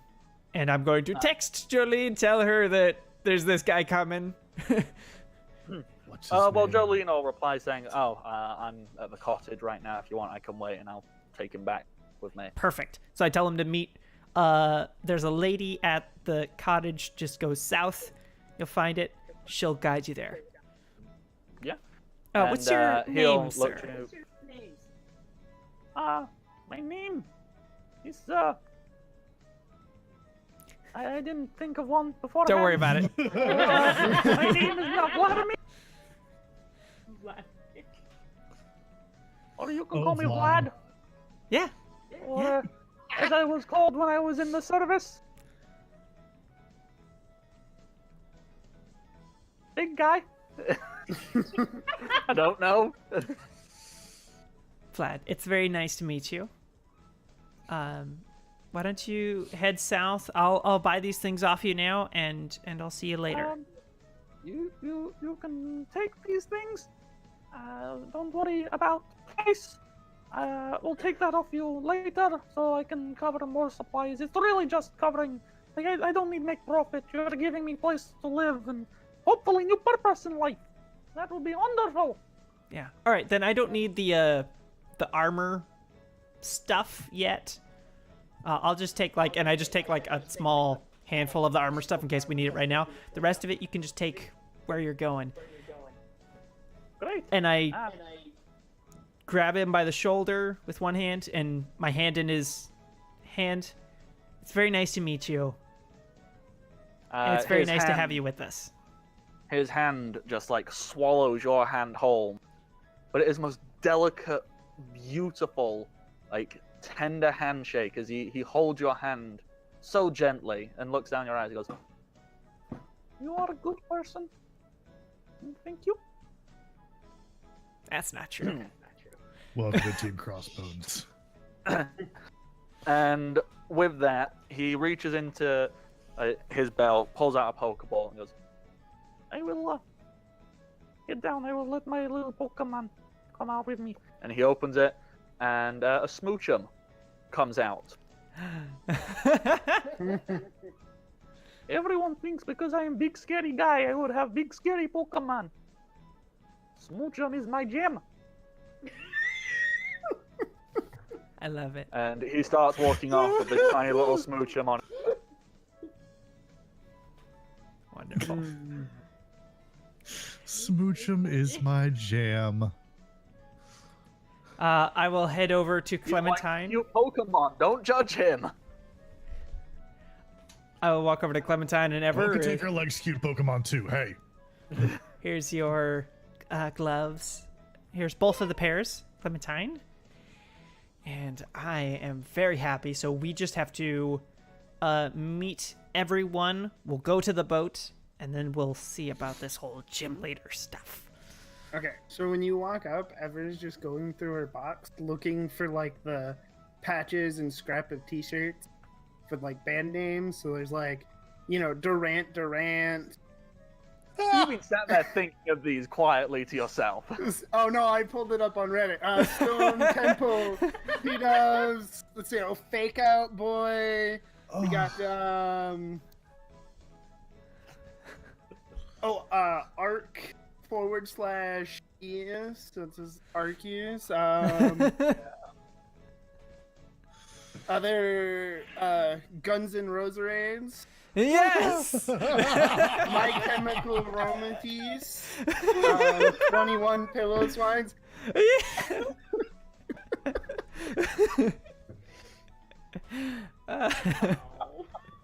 Wonderful. Oh yes. What have I done? Okay, we're almost at the time to take a quick break. So, is there any quick last thing you do as you all go and meet up? Yeah, we're just gonna like- meet the boat guy. Just say hi. We're just like, yes, you're okay. You haven't been arrested. We're working on figuring out a new dock situation. Yeah, cool. You head over to the boat. You can get on there. It's quite easy. You see your boat guy, Shakes, and all of your Pokemon, which are not currently with you. They're just chilling out on the boat, doing various bits and pieces. So they're all just hanging out there. Nice. All right. And we can do the scene, like, if you want to have an actual scene with. No, I just that. wanted to do just a quick check. Everything's good. Yeah, Um, everything's great. And real fast scene. What do you think of the boss?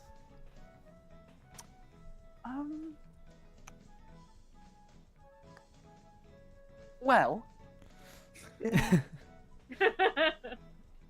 Yeah, he's yeah. listening in, is he?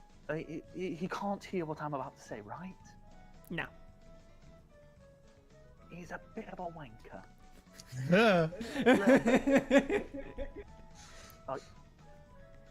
Smidge, yeah. In fact, massive one. So we were thinking that I might be in charge, and we might clean this whole thing up.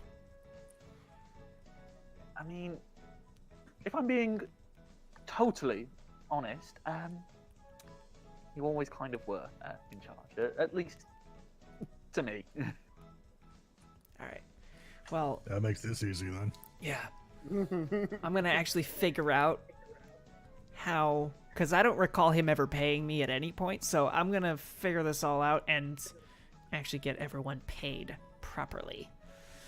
Oh, wow. I mean, are we still keeping the name then? Are we just... Oh yes. Are we... okay. Are we going to go and find him and just beat him up? Or Well, no. are we... What I'm thinking we is, just if saying anything it's goes wrong, we say that it was all him. The fall guy. Clever girl. Yeah. So we're gonna set up a dock thing so you can be closer to our base of operations, and great. everything should be golden. I'm assuming you went and bought all the things you need for that, right? Yeah. Yeah. Well, we've got to pick up a couple more supplies. Like I need power tools and someone who knows how to use power tools. Just hire people. Slightly off in the distance, you see him come running back to you with a smooch on his shoulder. Vladimir shouts out to you on the boat. I forgot to mention. Is it okay if I bring all my power tools? I was once a great builder. Yeah, all right, sweet. We own a forest now, so we have all the like materials we need. Oh, we sure do. Yeah, he gives you a thumbs up. I just thought it would make sense for me to tell you this now. Thank you. And it runs back off again and vanishes into the ether. What convenient story timing. All right, wonderful. That's all we need. I've got it in my notes right here if you guys want to call bullshit. No. This character who 100% existed at the start of this session, and I didn't just make up, was timed to always appear at this exact moment. Nice. Explain more of himself. Okay. I have an idea for the pyramid. And that's where we can fade to black as we go on our Yeah. break, right? You wanted the break? Okay. Pardon? Yes, break is... Okay, cool. I'll set that up. All right, wonderful. We'll be back All right. after these messages. We'll be Right back.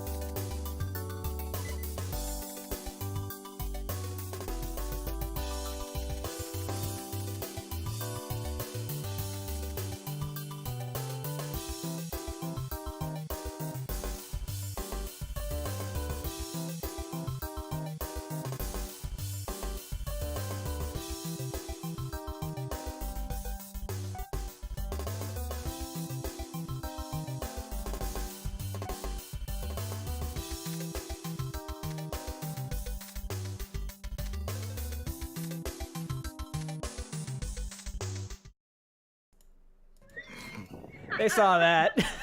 Nice. Yeah. Okay, everybody. Welcome back. For those of you who missed it beforehand, the team went and did shopping at some less than legal places, and they made a new friend who is, I don't even know what to describe him as, aside from the most adorable, marshmallowy mercenary. I like it. Marshmallowary. The mercenmallow. I don't know. Merkmellow. We'll portmanteau it later. Merc Mallow. We'll good. figure it out. All right. We are So.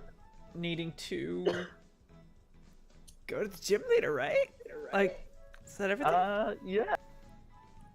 That was pretty much the plan. I'm assuming you guys heading to the gym. To the You walking in, or do you have Space outside of the gym. Yeah. And I'm gonna So, maintain at least that? 10 meters distance from the building. it's a good idea. Yeah, yeah. Okay. And I'm staying there. I'm good. Poke taker. I don't like the fact, but you're not Up walking to in. you. What are you doing? So,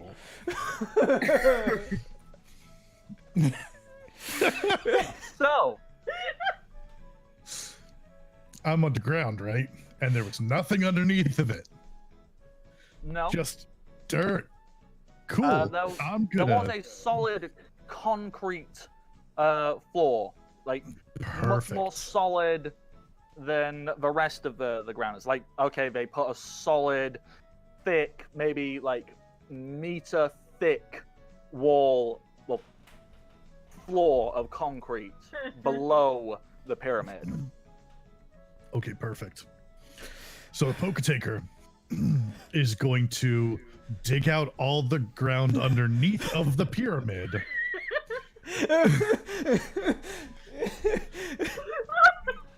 How deep? Into like this kind of a shape. So like a pyramid, inverse pyramid underneath of it, where that peak is right under the center. Mm-hmm. And then he's going to use the onyx to ram up underneath right into the center and crack it in half.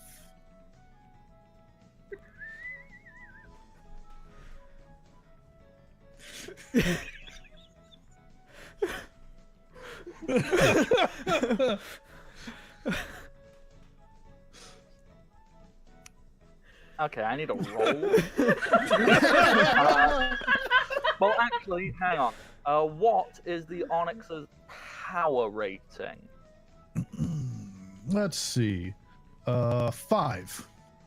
Okay, now let's see what it dictates. 5 is capable of moving.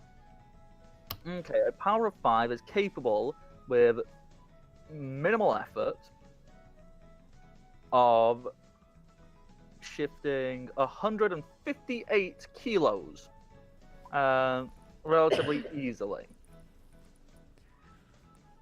So, Can your Onyx use a move to help with the cracking? yeah, I was just going to ask, is there something, like, is Onyx using a specific move? Is it just headbutting?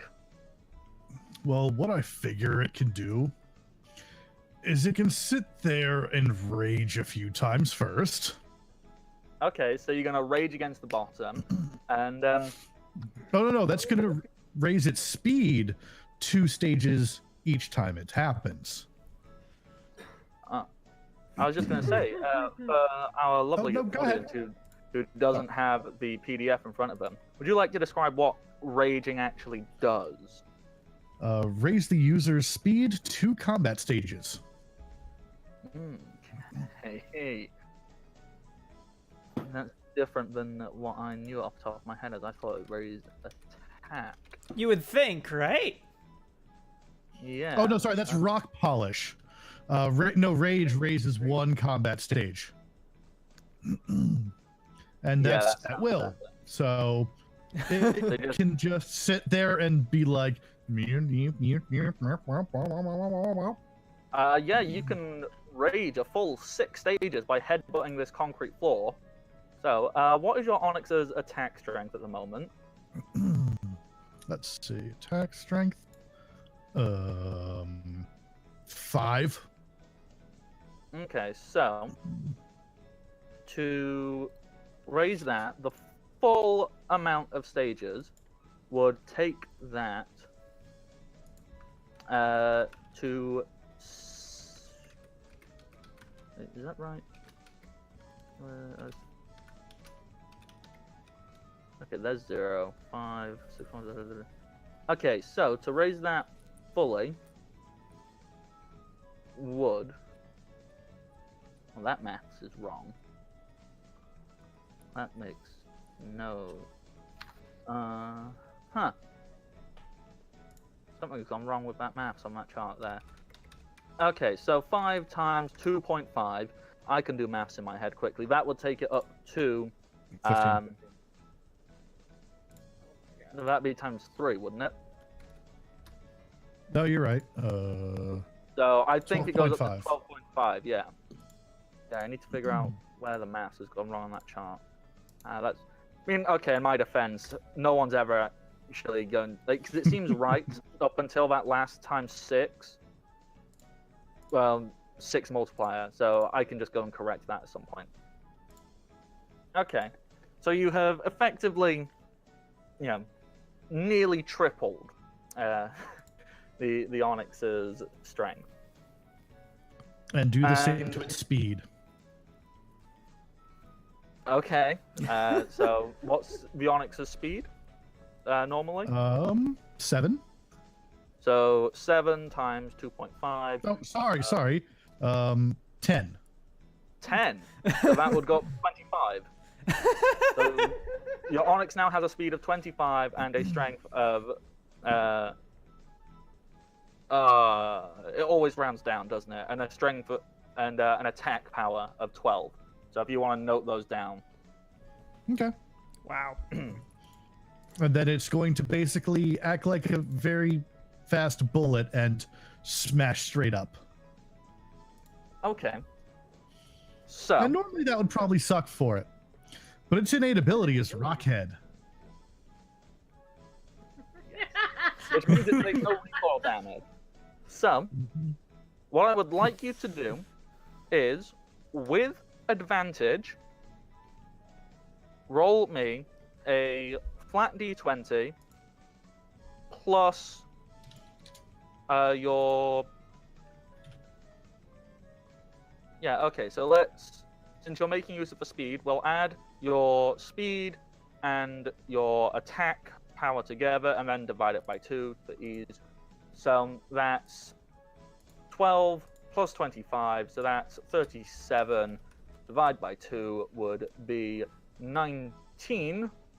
Well, it'd be like 18.5, I think. So, but we'll be fair, we'll round it down. So, with advantage, roll me a d20 plus 18.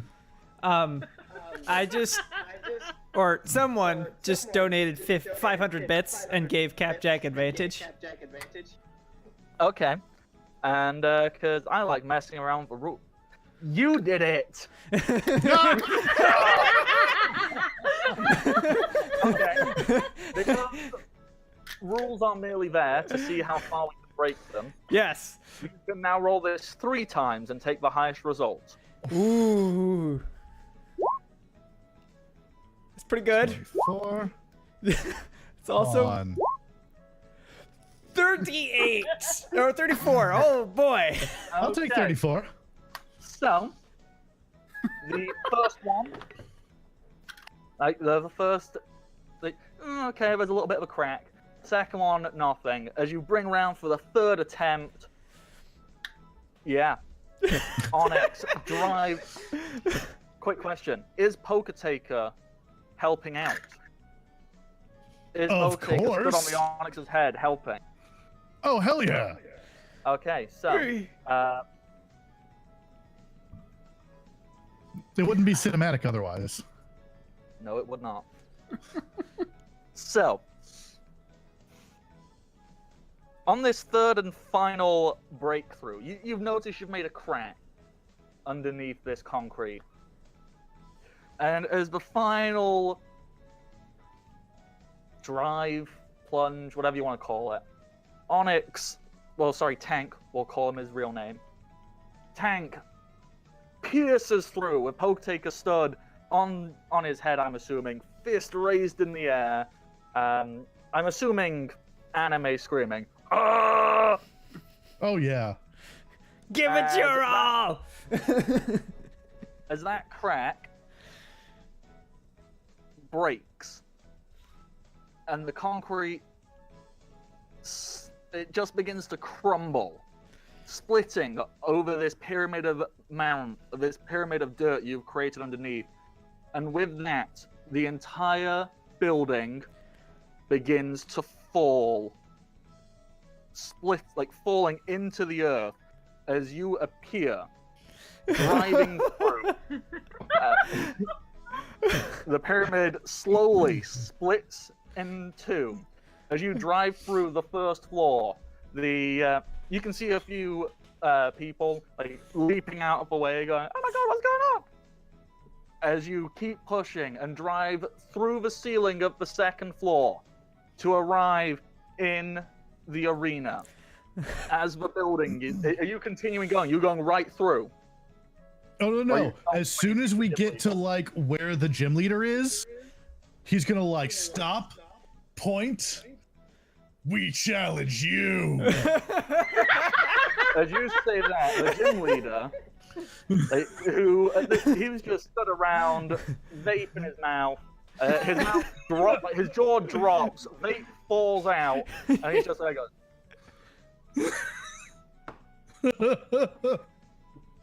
dude. What?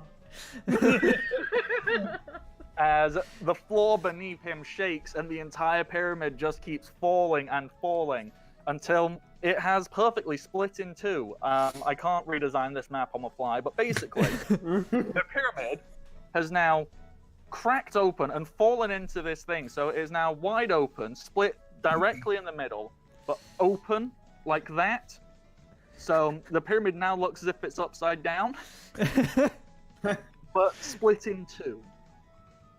You can see above you where these different floors had been, but they've been split. There's people like clinging onto the sides of it for dear life. And you're just lucky that nobody was stood directly where the crack happened, otherwise they'd be dead.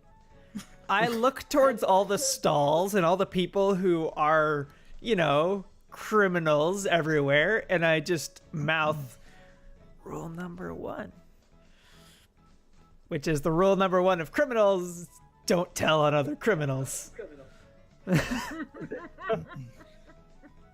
Well, all of the stalls nearby, they heard this and they grabbed us. They've moved as far enough away, and they just see this, and there's this pause as all the the criminals, they all cheer and whoop and holler because that's the most badass thing they've ever seen.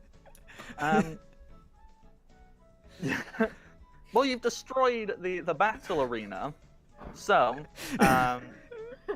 So after that, I think it's appropriate that House of Lycanroc by My Chemical Rotom starts playing.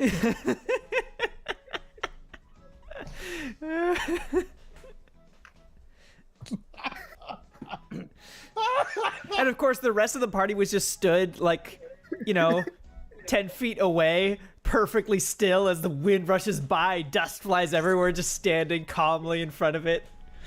I'm assuming they're all stood in like a badass anime team pose, so just arms crossed, staring at it. Like, in the background, there's like epic music. Well, as you said, it's House of Lightning Rock, and just as as all of this is happening, somewhere you all miraculously got sunglasses. You all put them on at the same time. Smoochie puts on a pair of sunglasses, Yeah. wielding her little flick knife. Just points it at the gym leader gun. Jiggly, bitch!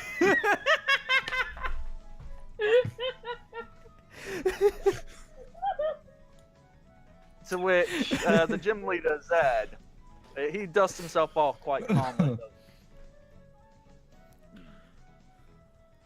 Impressive. You kind of, ruined the whole thing for everybody. But sure, anyone who puts in this much work, deserves a battle. Since you broke the field, we're gonna have to do it out here. I mean, unless you want to fight in these ruins and make the DM on the fly make a really quick battle map, and Are we that mean? Let's just take it outside. Let's take it outside. Yeah, we'll take it outside because we're not cruel. That, well, Much.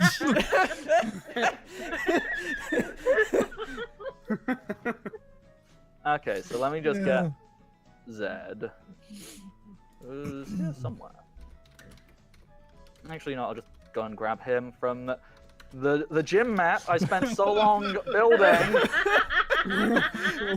Hey, we didn't wreck it figuratively this time. That's right.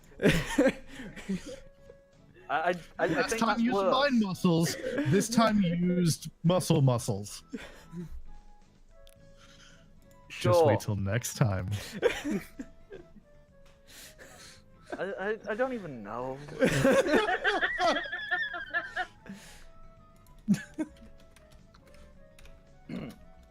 So okay, Zed steps forward and kind of scratches his head and goes, I mean, a part of the whole challenge was to get through the maze. Done. Whatever. Did it. Yeah. Cool. So, the way I usually do things is it's 2-on-2. Nah. I mean, I normally would complain, or I'd say you have to follow these rules, but why don't I just do all out? You all send one, and I send one for each of yous. Yeah. All right, pick your team.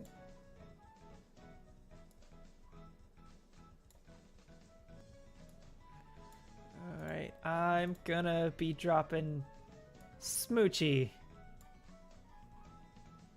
onto the field. What does he pop out?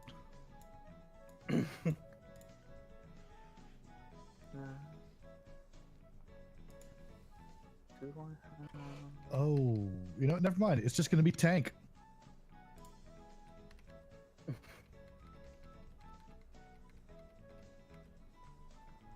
Okay, I should have these all somewhere. I Where really is need that? to name the BBs.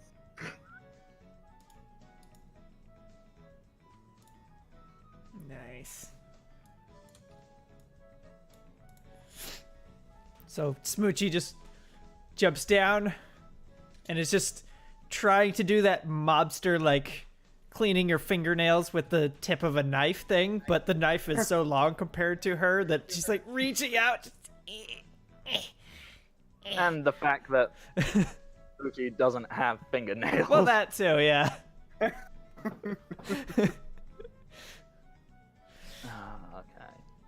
That's why they aren't there.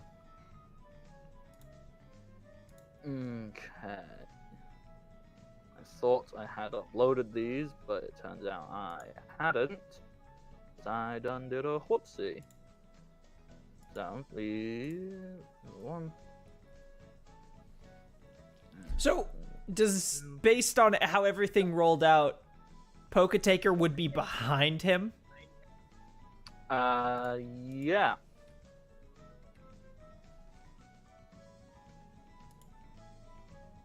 Okay, cool. Okay, yep. Good to know.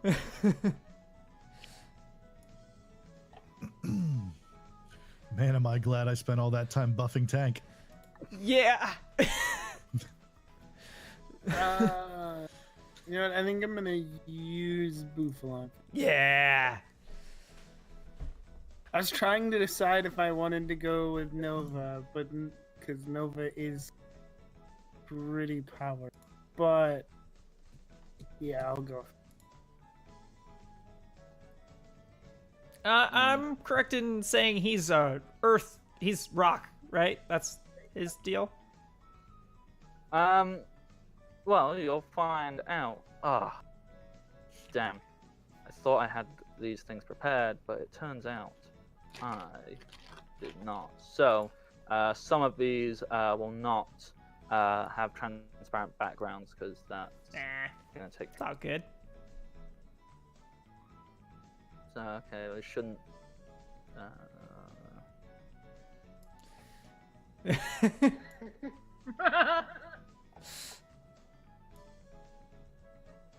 So I guess you or Poketaker would end up being somewhere in the remains of the building. Yeah. There we go. Nice. I think this music is perfectly appropriate. I was gonna change the music in a second, unless you want to keep this going. No, I was. Oh, please change it. Mons. Where are you?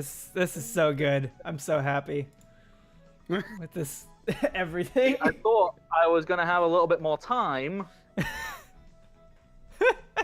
Yeah. Well, yeah. So that's Fuck me, right? so. That's. Oh boy, this is such a. This is a one-of-a-kind game. There's. You can say that.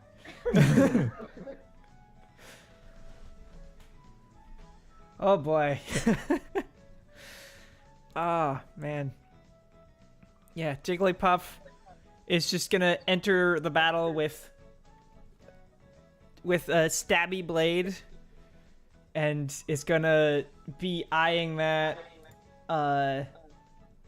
What's the creature in the very front? I don't think I've seen that before.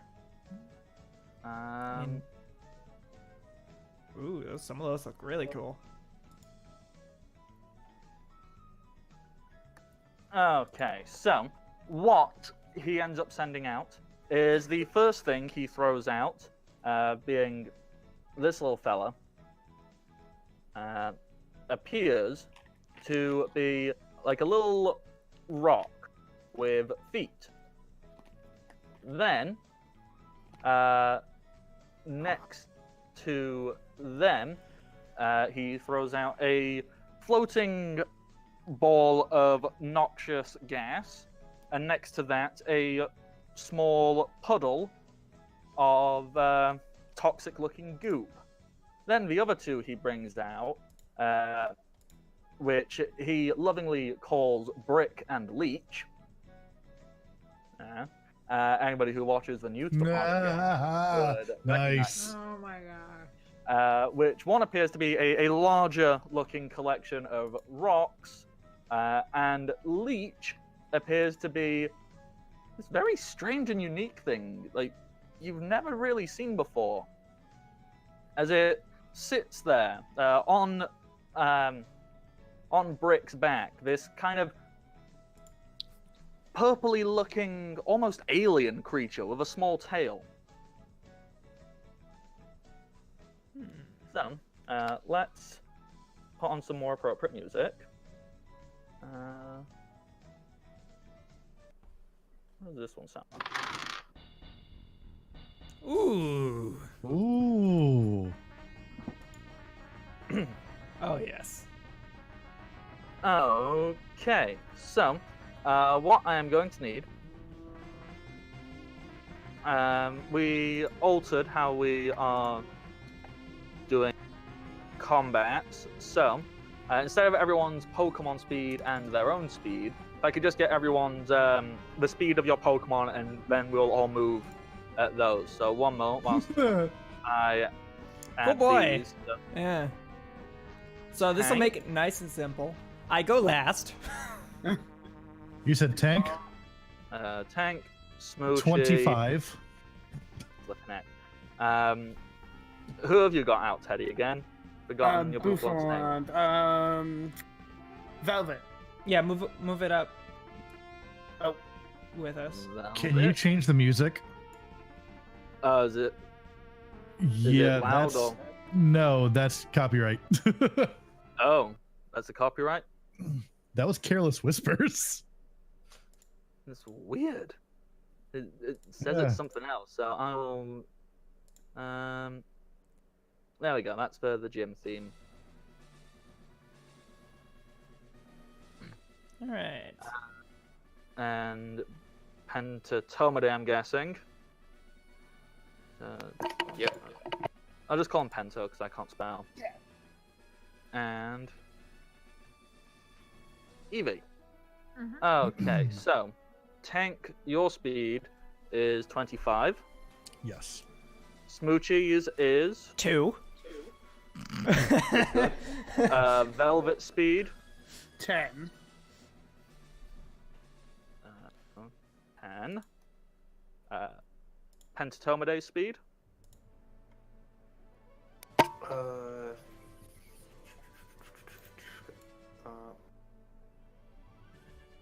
Speed 4.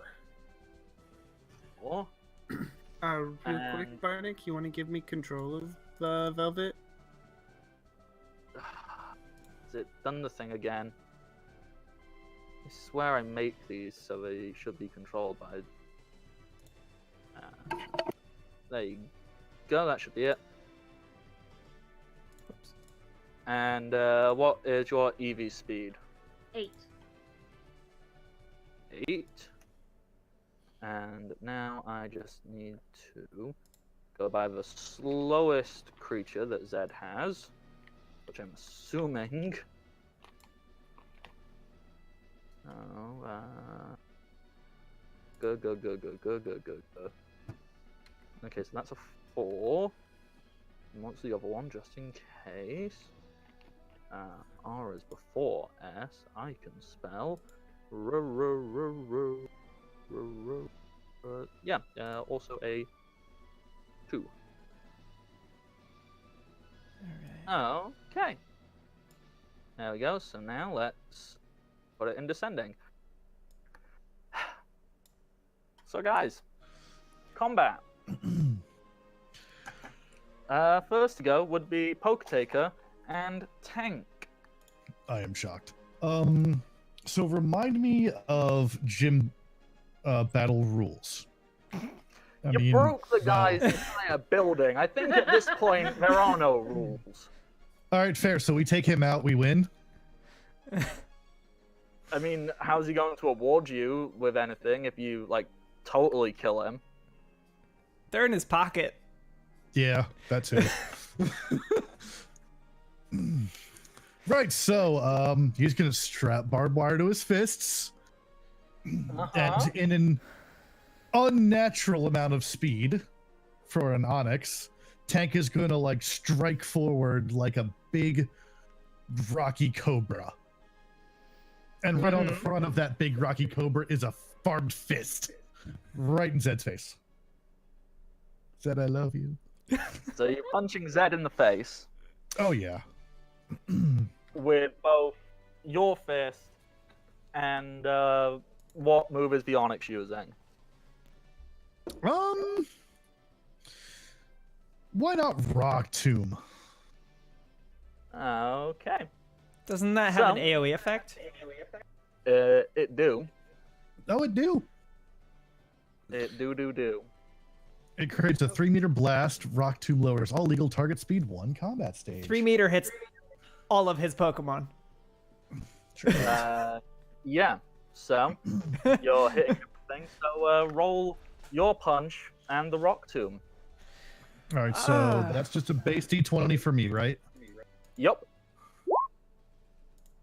That's a crit.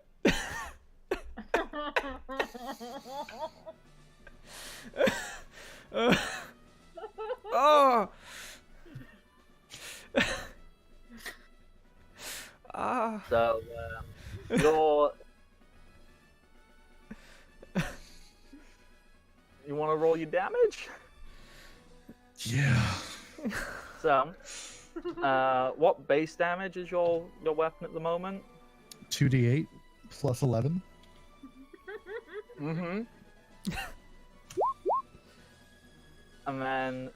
Plus a d10. What... Yeah.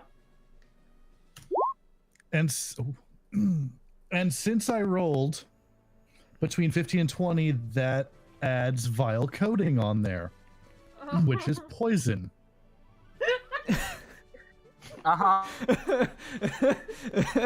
Hold on, let me see exactly what that does. Oh my gosh. Wow. Oh my gosh.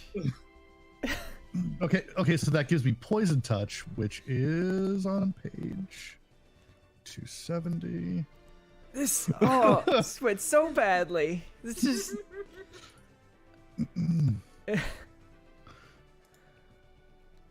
Yeah, so now he's poisoned too. On top of whatever the crit does. I don't know if that doubles it or... Oh, does it double it? Oh! Is he alive? I don't know if I would be if that hit me. So, it would double... Okay, so that is 28. Double that would take it 56 to damage. 56. That would exactly kill me.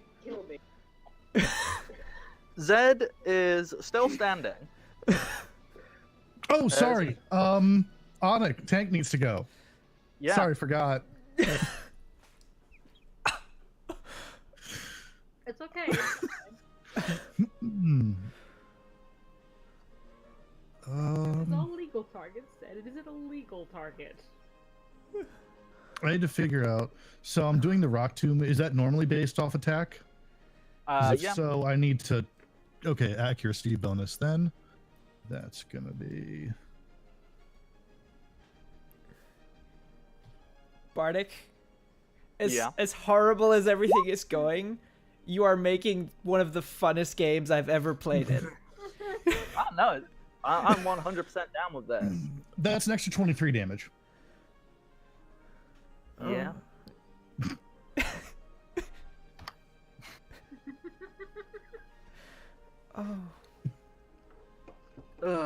Okay, so 58 plus 23 goes to 81. Oh, that would kill me. Zed is still standing. He looks very, very beat up. And that is 23 damage to all of his Pokemon. Yeah. So let me just note down all of their hit points. So And all of their speed goes down by 1 combat stage. okay, their speed is... Well, they're all going off of 1 collective speed. Yep, so Like, Oh, so that drops it under Smoochie. that guarantees that Smoochie gets to go before them. yeah. That's so nice. I'll just mark them as 1. No, that's Smoochie, not Zed. Hang on. Oh, Sora man. 2. And This is amazing. Just so beautiful. so mark their speed down as 1. Okay, so taking into account their various defenses, that goes down to... Yep, you're on that. You are on...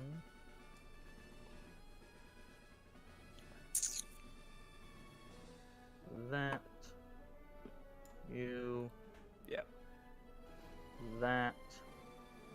You. You're Oh, never mind. that. And you, little fella, you took a bad hit. So Oh, you boy. are down to that. Okay, cool. Nope, never mind. Never mind. They are all looking pretty.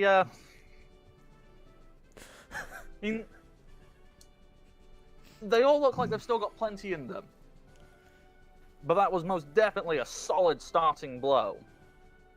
Like, narratively, the way I imagine that going is Ed sends out Pokemon and is like, okay, yeah, and like, as it starts, just out of nowhere, blow! I like trains.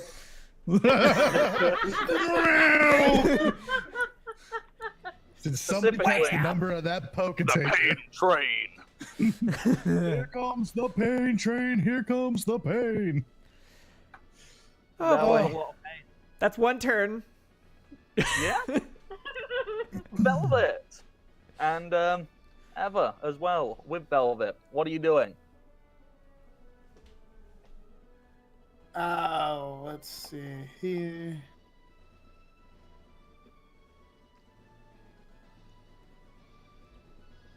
Oh wow. I'm gonna use Leer. You're lowering their Uh, defenses? Yeah. Why would you do that? How many targets can Leah get? Is it just one? I believe it. Yeah, it's just one. So I want to. What's the range on it? Do you have to get closer? It's 5, so I might.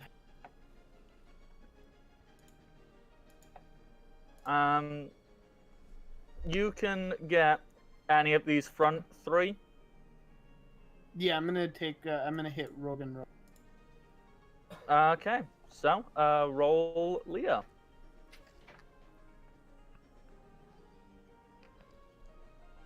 Oh boy, this is. Oh. Oh boy.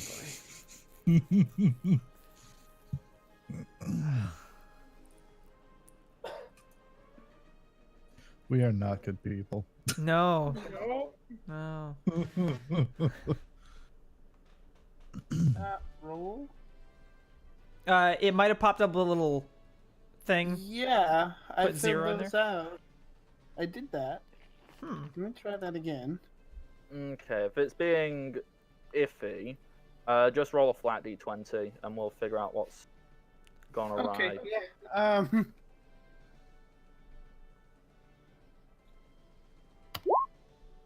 13. Is that over?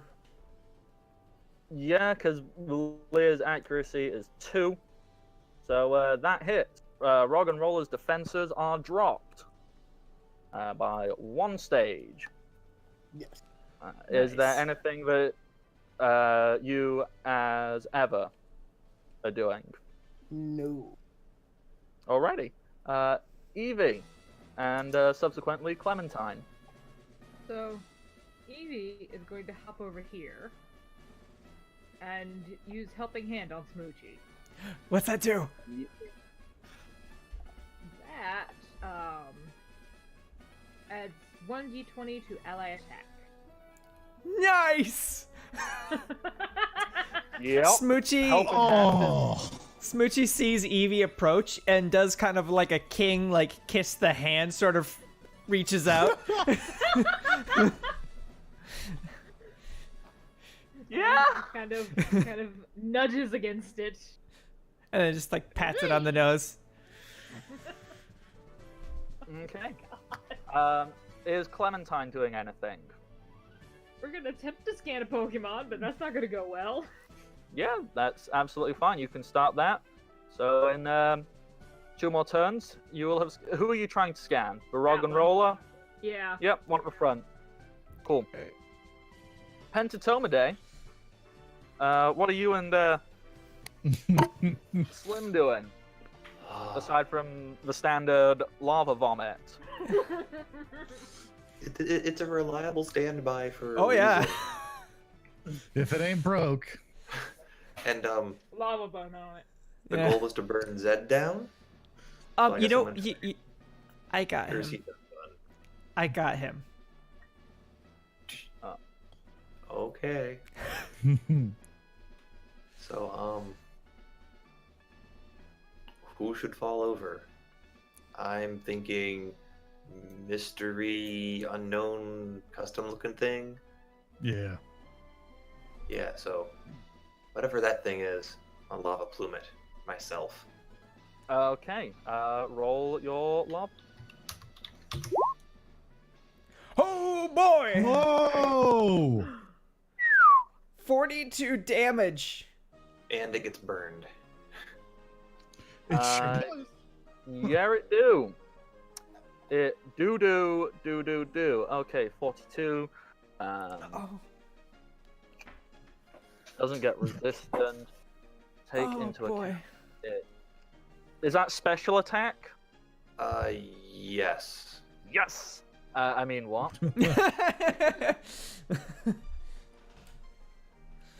Oh boy. Yeah. That is a really strong hit, and normally it would look like that would do a substantial amount of damage, and it has. Just this thing seems able to shrug off quite a lot of it. It seems quite capable of dealing with what's the word I'm looking for here? With mental attacks as such.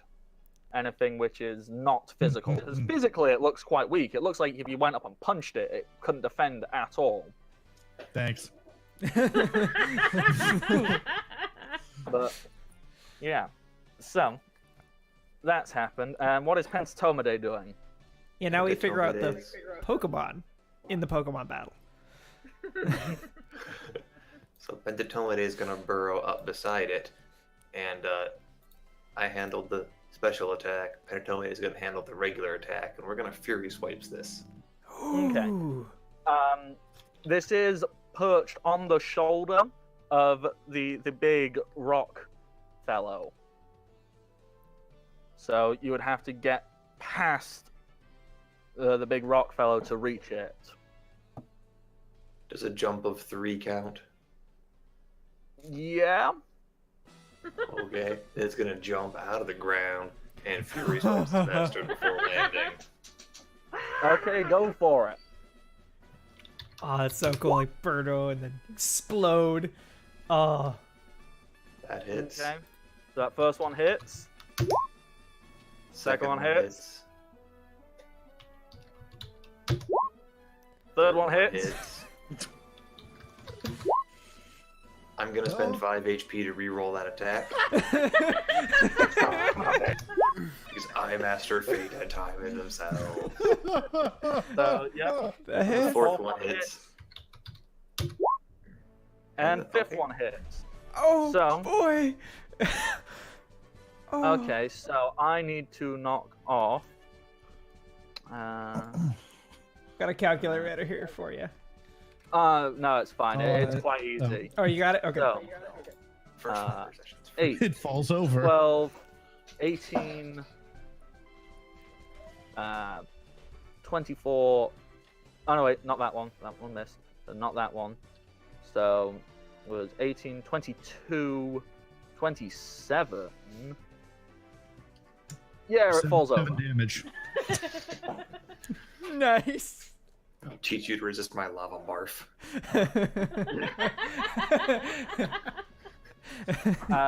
This little fella, this cute little guy, you vomited lava, and it kind of shrugs off and does a little, and then without knowing it, Pentatomide burrows out of the ground and goes flat, flat, flat, flat, flat, flat, flat, and it just collapses off of the top of Rick. So 1 down, 4 to go. Poor Leech. Metzi will be thrilled. I'm going to lean down and give Evie a pat on the head. And then pick up Smoochie. You're gonna carry Smoochie. Yes, I'm going to carry Smoochie. Oh, that's so mean. Whoops, hang on. So I move up to here. And then I set Smoochie down right here. And I'm going to intimidate Zed with my Smoochie standing there with a switchblade, pointing it at him and looking eager. So I'm gonna roll charisma to intimidate him to just surrender. We win. Do I get any bonuses for breaking buildings or anything?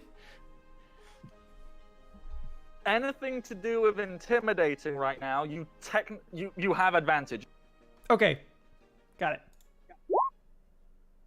I crit. Nat 20.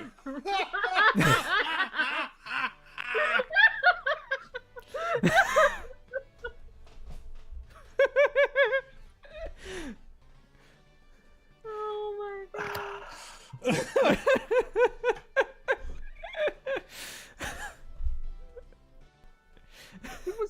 He was about to. He was gonna do cool stuff. We're the hunter characters. We do the cool stuff here. Don't play anymore. If I fail this, Smoochie is going to attack him. It's a nat 20. You win.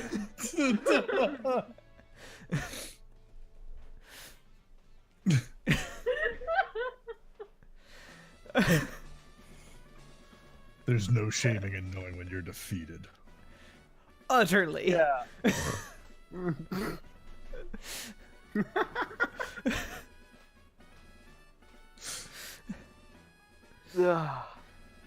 So yeah, as you set Smoochie down, Smoochie pulls out the butterfly knife, which, you know, it's folded away. It looks like the Smoochie's just. At first, you go, "Ooh, is that the little Jigglypuff microphone? Oh, you're going to try and sing?" And then it does that cool butterfly knife trick stuff. It just starts flicking out, rolls it around, and it goes, "Yes, Jiggly!" and holds up the knife directly into Zed's stomach. And Zed just puts his hands up. The vape drops out of his mouth. And he goes,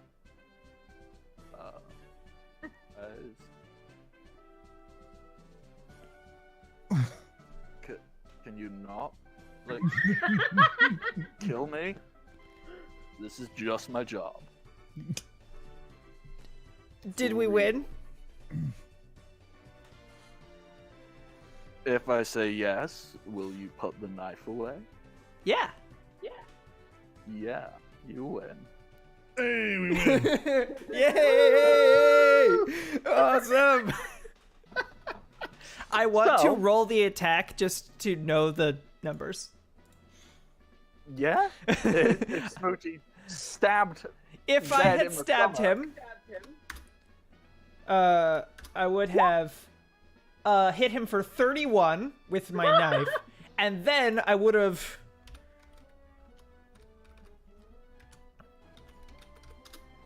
done another 10 damage on top of that No. because of helping hand. Is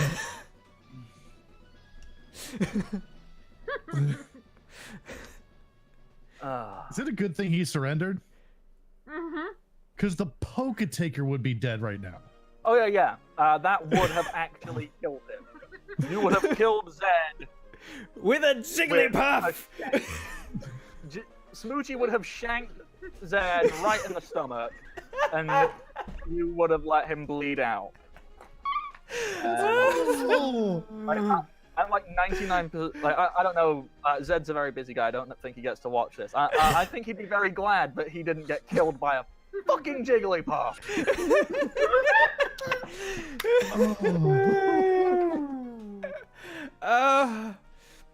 So Jigglypuff puts the blade away, quick,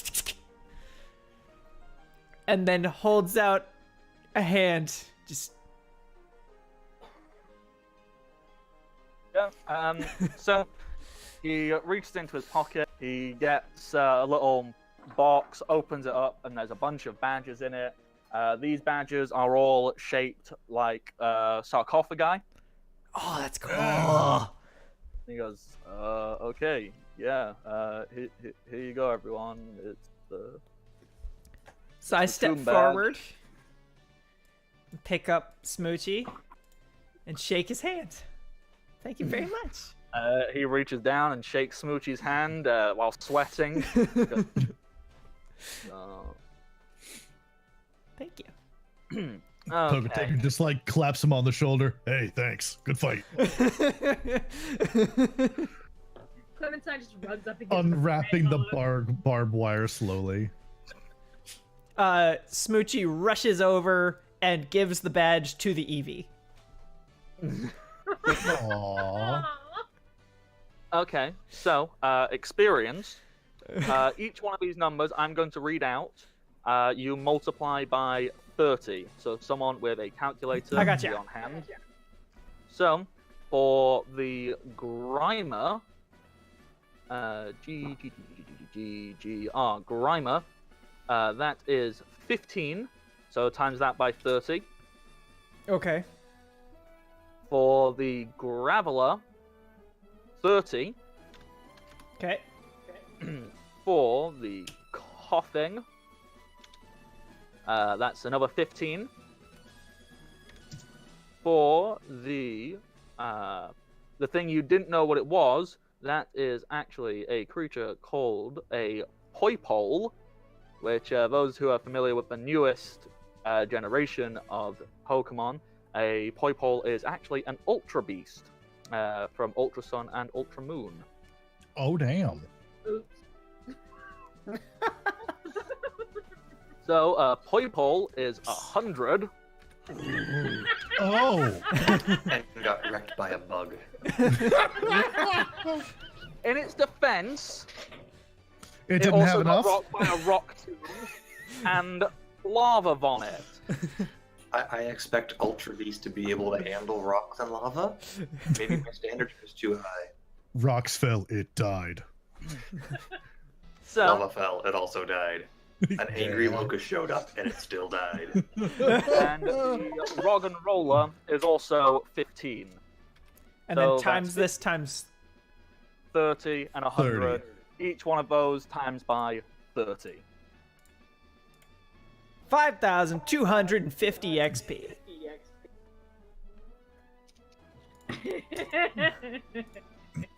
Finally, some levels. Holy crap! That almost doubles. So, And we out of Greener's just curiosity- leveled. Oh yes, and all of you have just leveled as well. Yes! Clementine, you can also add Rog and Roller as being scanned. Sweet. As, I mean, do they- you want to just take the time and scan these all real quick? I mean, that was Um, my next plan. Yeah, these are all going to stay out. He's going to leave them out for a minute. So you can't scan the Poipole because that got returned to its Pokeball. Okay. But the other four, so you can add Graveler, Grimer, Coughing, and Rog and Roller. All of you. So you can add another Who's four been keeping things scanned. track of that, by the way? You all should have your own little area. Yep, we do. It's really cool. Oh, well. Wait, I'm just going to go off of someone else's. I'll help you guys. Thanks. I'm pretty much going off yours. I know you are 2 behind. Well, everyone is 2 behind Amelia, at least. I would imagine Right. I'm a few more behind. Yeah. 4 more Pokemon, Emma- and I level up again. How many more? 4 more. 4 more. Okay. What is the? Oh. Bardic, I have great news. The Penstomidae is a high enough level to for a thing to happen. He's 21. I was just gonna say Oh, this is damn. actually perfect. So, anybody else? Well, the only other one is Eevee. What is the minimum level Eevee needs to evolve into one of its friendship ones? So let's quickly check Eevee. Because what level is Eevee now of all of that? Bless you. Hang on. Oh. No, never mind. They changed it in this. It's not friendship. You need a stone, so Eevee's fine. Oh, I have a heart scale. I Yeah. think that's the one you need for Sylveon, right? Because that's what I'm gonna do. Yeah. You can do that at any time, really. Yeah. I was waiting for something, I don't remember what yet. But as soon as I do remember. If I haven't given you a heart scale yet, you haven't found one of those. So, if that's what you're waiting for, you don't have that. No, because that was the item for the trainer item Yeah. that we picked, like the metal. Oh, you picked one to begin with. Yeah. Ah, clever. Okay. Well, this makes life very easy for me because it's only one of you who's dealing with evolving. So here's a tiny bit of news. My Jigglypuff could have survived all those wounds. Oh my god. Jigglypuff is a tank. Yeah. Like, Hey. competitively, Wigglytuff and Clefable are some of the best hit point tanks you can get outside of legendary Pokemon. Like, just in general. They're And probably fantastic. Chansey. Oh, and Blissey, obviously. Yeah. Yeah, Blissey. Yeah, she has 96 hit points. Yeah. In the actual real life Pokemon game, I run I have two different competitive Clefables. They never die. they just don't. I haven't made a competitive Wigglytuff yet. That's on my list. I might get into that at some point. Oh boy. So we won in a single round of combat. Yeah. This was amazing. I loved this so much. Oh, so good. Jim. Yep. Pentatomaday. Something weird happened. Like, you're 99% certain that he didn't take a single hit, like, at all.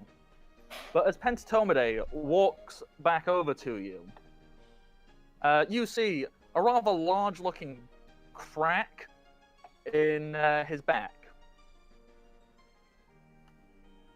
Mhm. Do you do anything? What's Do you, like, going on, pick him buddy? up? Do you... Yeah, I'll pick him up. Like, what's going on, Yeah. buddy? That's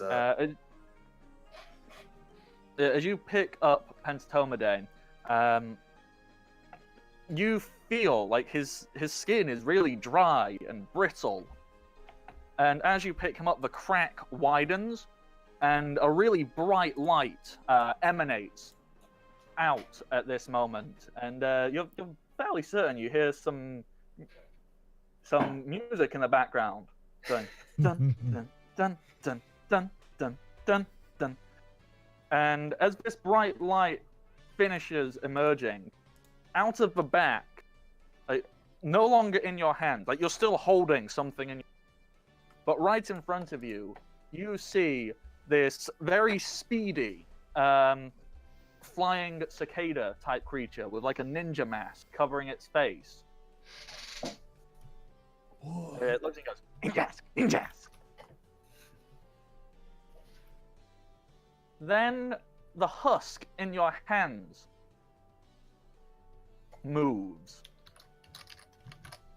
And it's these large, adorable eyes kind of blink slowly as it kind of leans back and looks up to you. And you can see there's a small little halo formed above its head.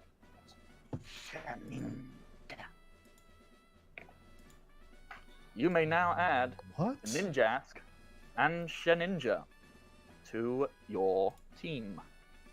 all right. It double evolves? Upon reaching level 20, what Nincada does, if you have a spare slot in your party and an available Pokeball, you get Ninjask and Shed Ninja, the Husk. That's amazing. And everyone who's hardcore into Pokemon knows Shed Ninja because it is the only Pokemon which can have the ability Wonder Guard. Well, legally. And you know what? Oh. Cyril, I'm sure you've been waiting this entire time to Like, I know this is the only reason you picked Ninkada. I mean, he's What's been the unique great. But feature about Shedinja? so, it's the only Pokemon that can legally have Wonder Guard, which is any attack that isn't super effective does 0 damage. What? And there is one other thing. Shedinja can only ever have 1 hit point. Oh. Oh damn. But it is right up there as one of the best troll Pokemon. Oh. It's I think in the competitive scene, like, it's not a major player, but you need to have an answer for it somewhere, because otherwise one shows up and you lose. Exactly. I mean, okay, yes. Since it is Bug and Ghost, there's lots of things most people have. Like, most people have Fire, most people have Rock. Dark is quite regular. Like, because those are guaranteed. Okay, super effective. Done. But unless you've got one of them, you can't deal damage to this. And that just tanks your whole team. And Yeah. Oh The boy. other So, answer, I think, is status effects, because an attack might do no damage, but if he gets poisoned or burned, that'll still take damage on him. Yeah.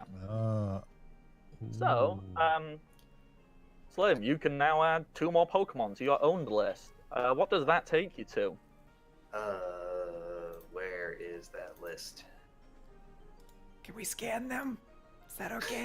Yes, you can also Yes. scan them.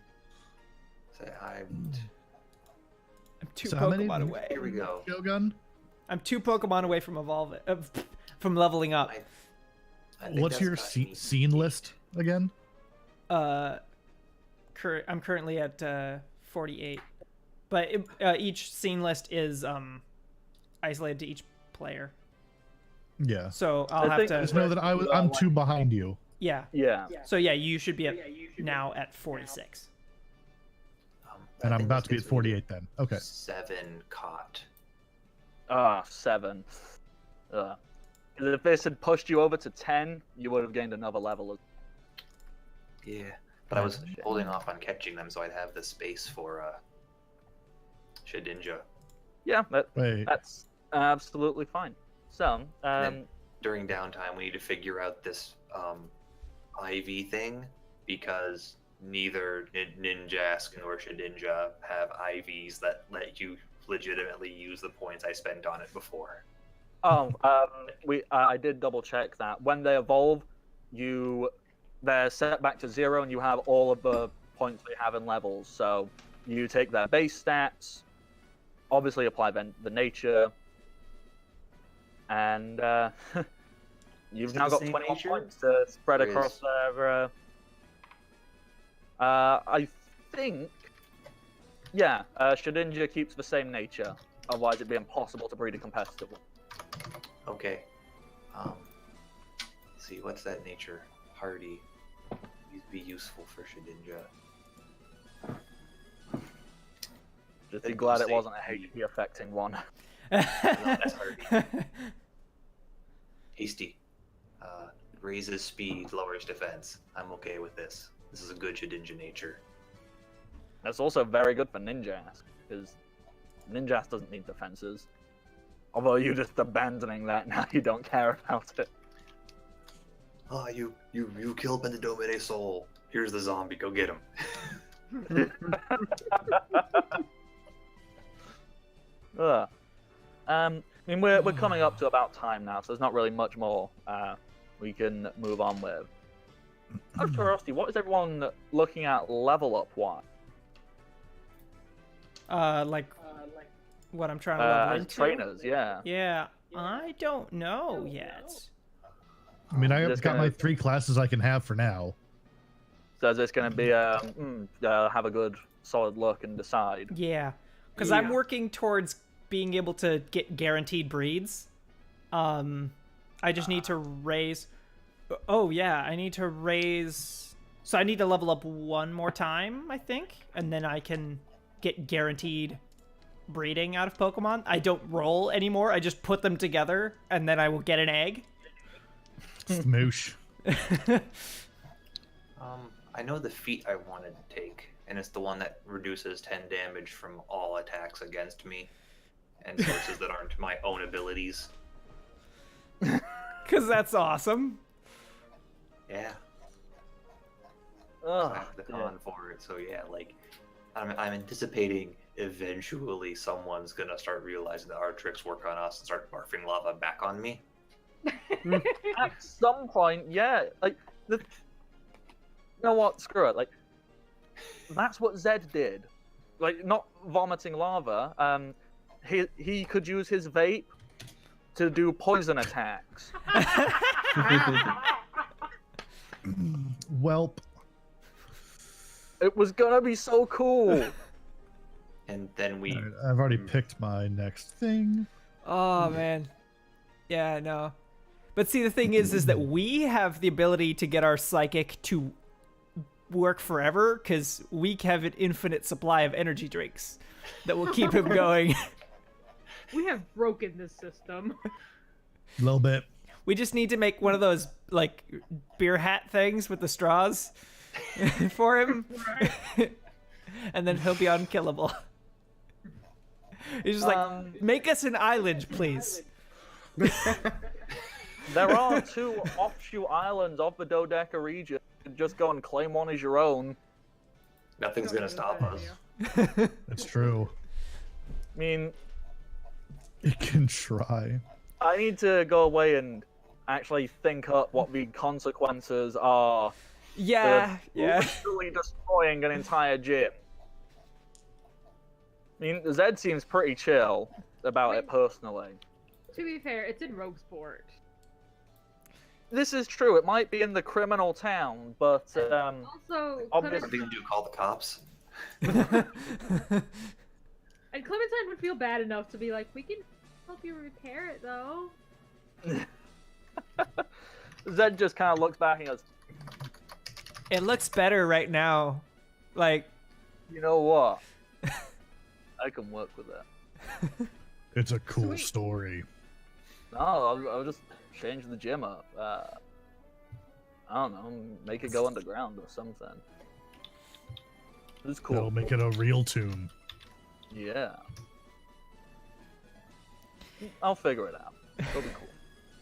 now what should be playing is Don't Stop Me Now by Nidoqueen. So, since we're pretty much at time, does anybody have a final cool thing they would like to do?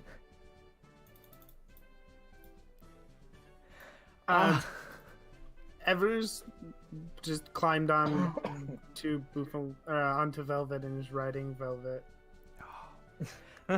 Clementine, didn't you have something for someone? Yes. We can do that next time. Okay. Yeah, next time we'll get to have lots of good RP and figure out what's going on. So, with that, we can wrap up for today. Let's see, final moment. Poketaker's just gonna be like, and sink into the ground.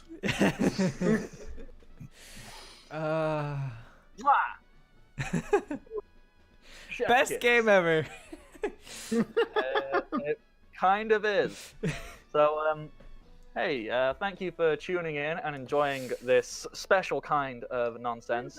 If you are interested in playing this special kind of nonsense, the game system is called Pokemon Tabletop Adventures. It's 100% free. It's fan made. You can Google it, and it takes you to a forum, and you can get access to all of this stuff. You can play an actual serious version of this game, which doesn't turn batshit crazy. Or Why would you can- do that? You can do me and just let everything go wrong. But thank you for showing up. I am the Bardic Knock. You can find me on Twitter, on Patreon, on Twitch, and on YouTube, all under the same name, the Bardic Knock. It's right there. Do it. It'd be very kind of you. Please and thank you. Welcome to the Party. You can find them on Twitter at Welcome Party RPG, here on Twitch at Welcome Party RPG, over on YouTube at Welcome to the Party, and in a lovely Discord, and a link is down below. So, now is the time where everybody gets to plug themselves quickly.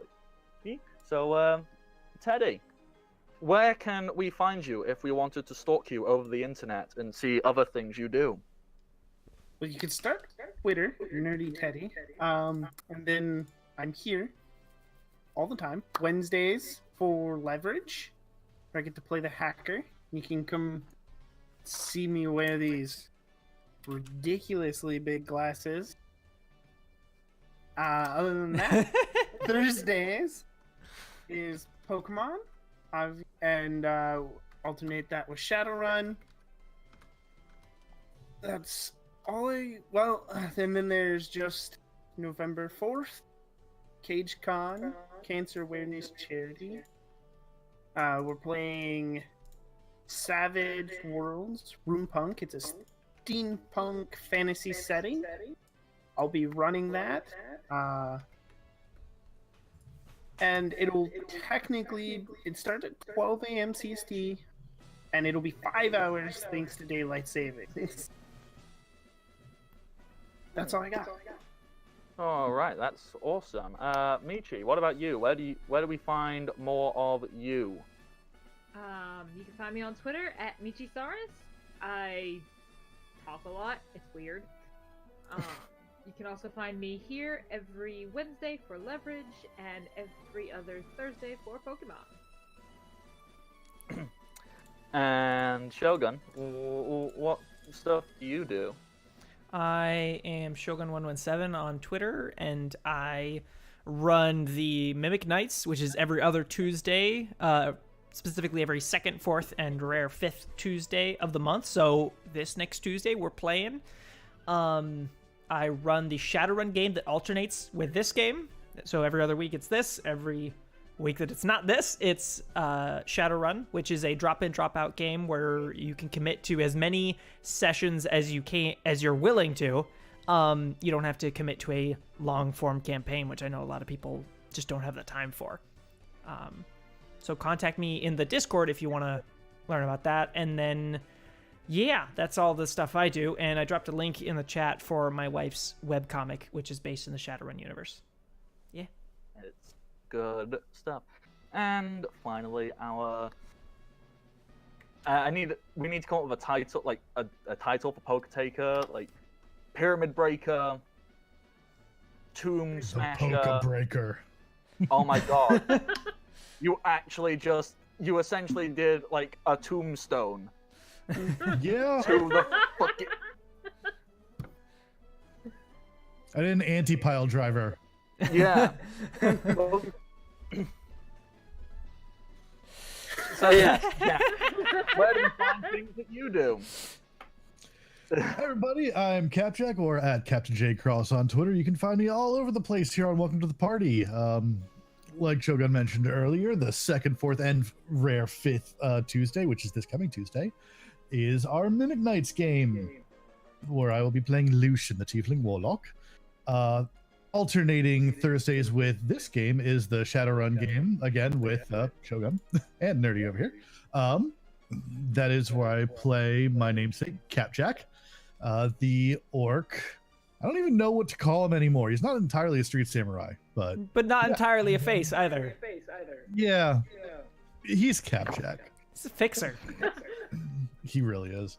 And then on Fridays, I'm playing Galen Winterfell, who is the half-elf warlock former guard now. Thanks, Levlin. So yeah, come and see us tomorrow for Dragon Dark Days. Ooh. Okay. Who are we sending the raid over to today? Graticus. Oh, wonderful. So we are going to go raid them, and until then, thank you for showing up and watching this nonsense, and until next time, happy adventuring, everybody. Bye. Bye.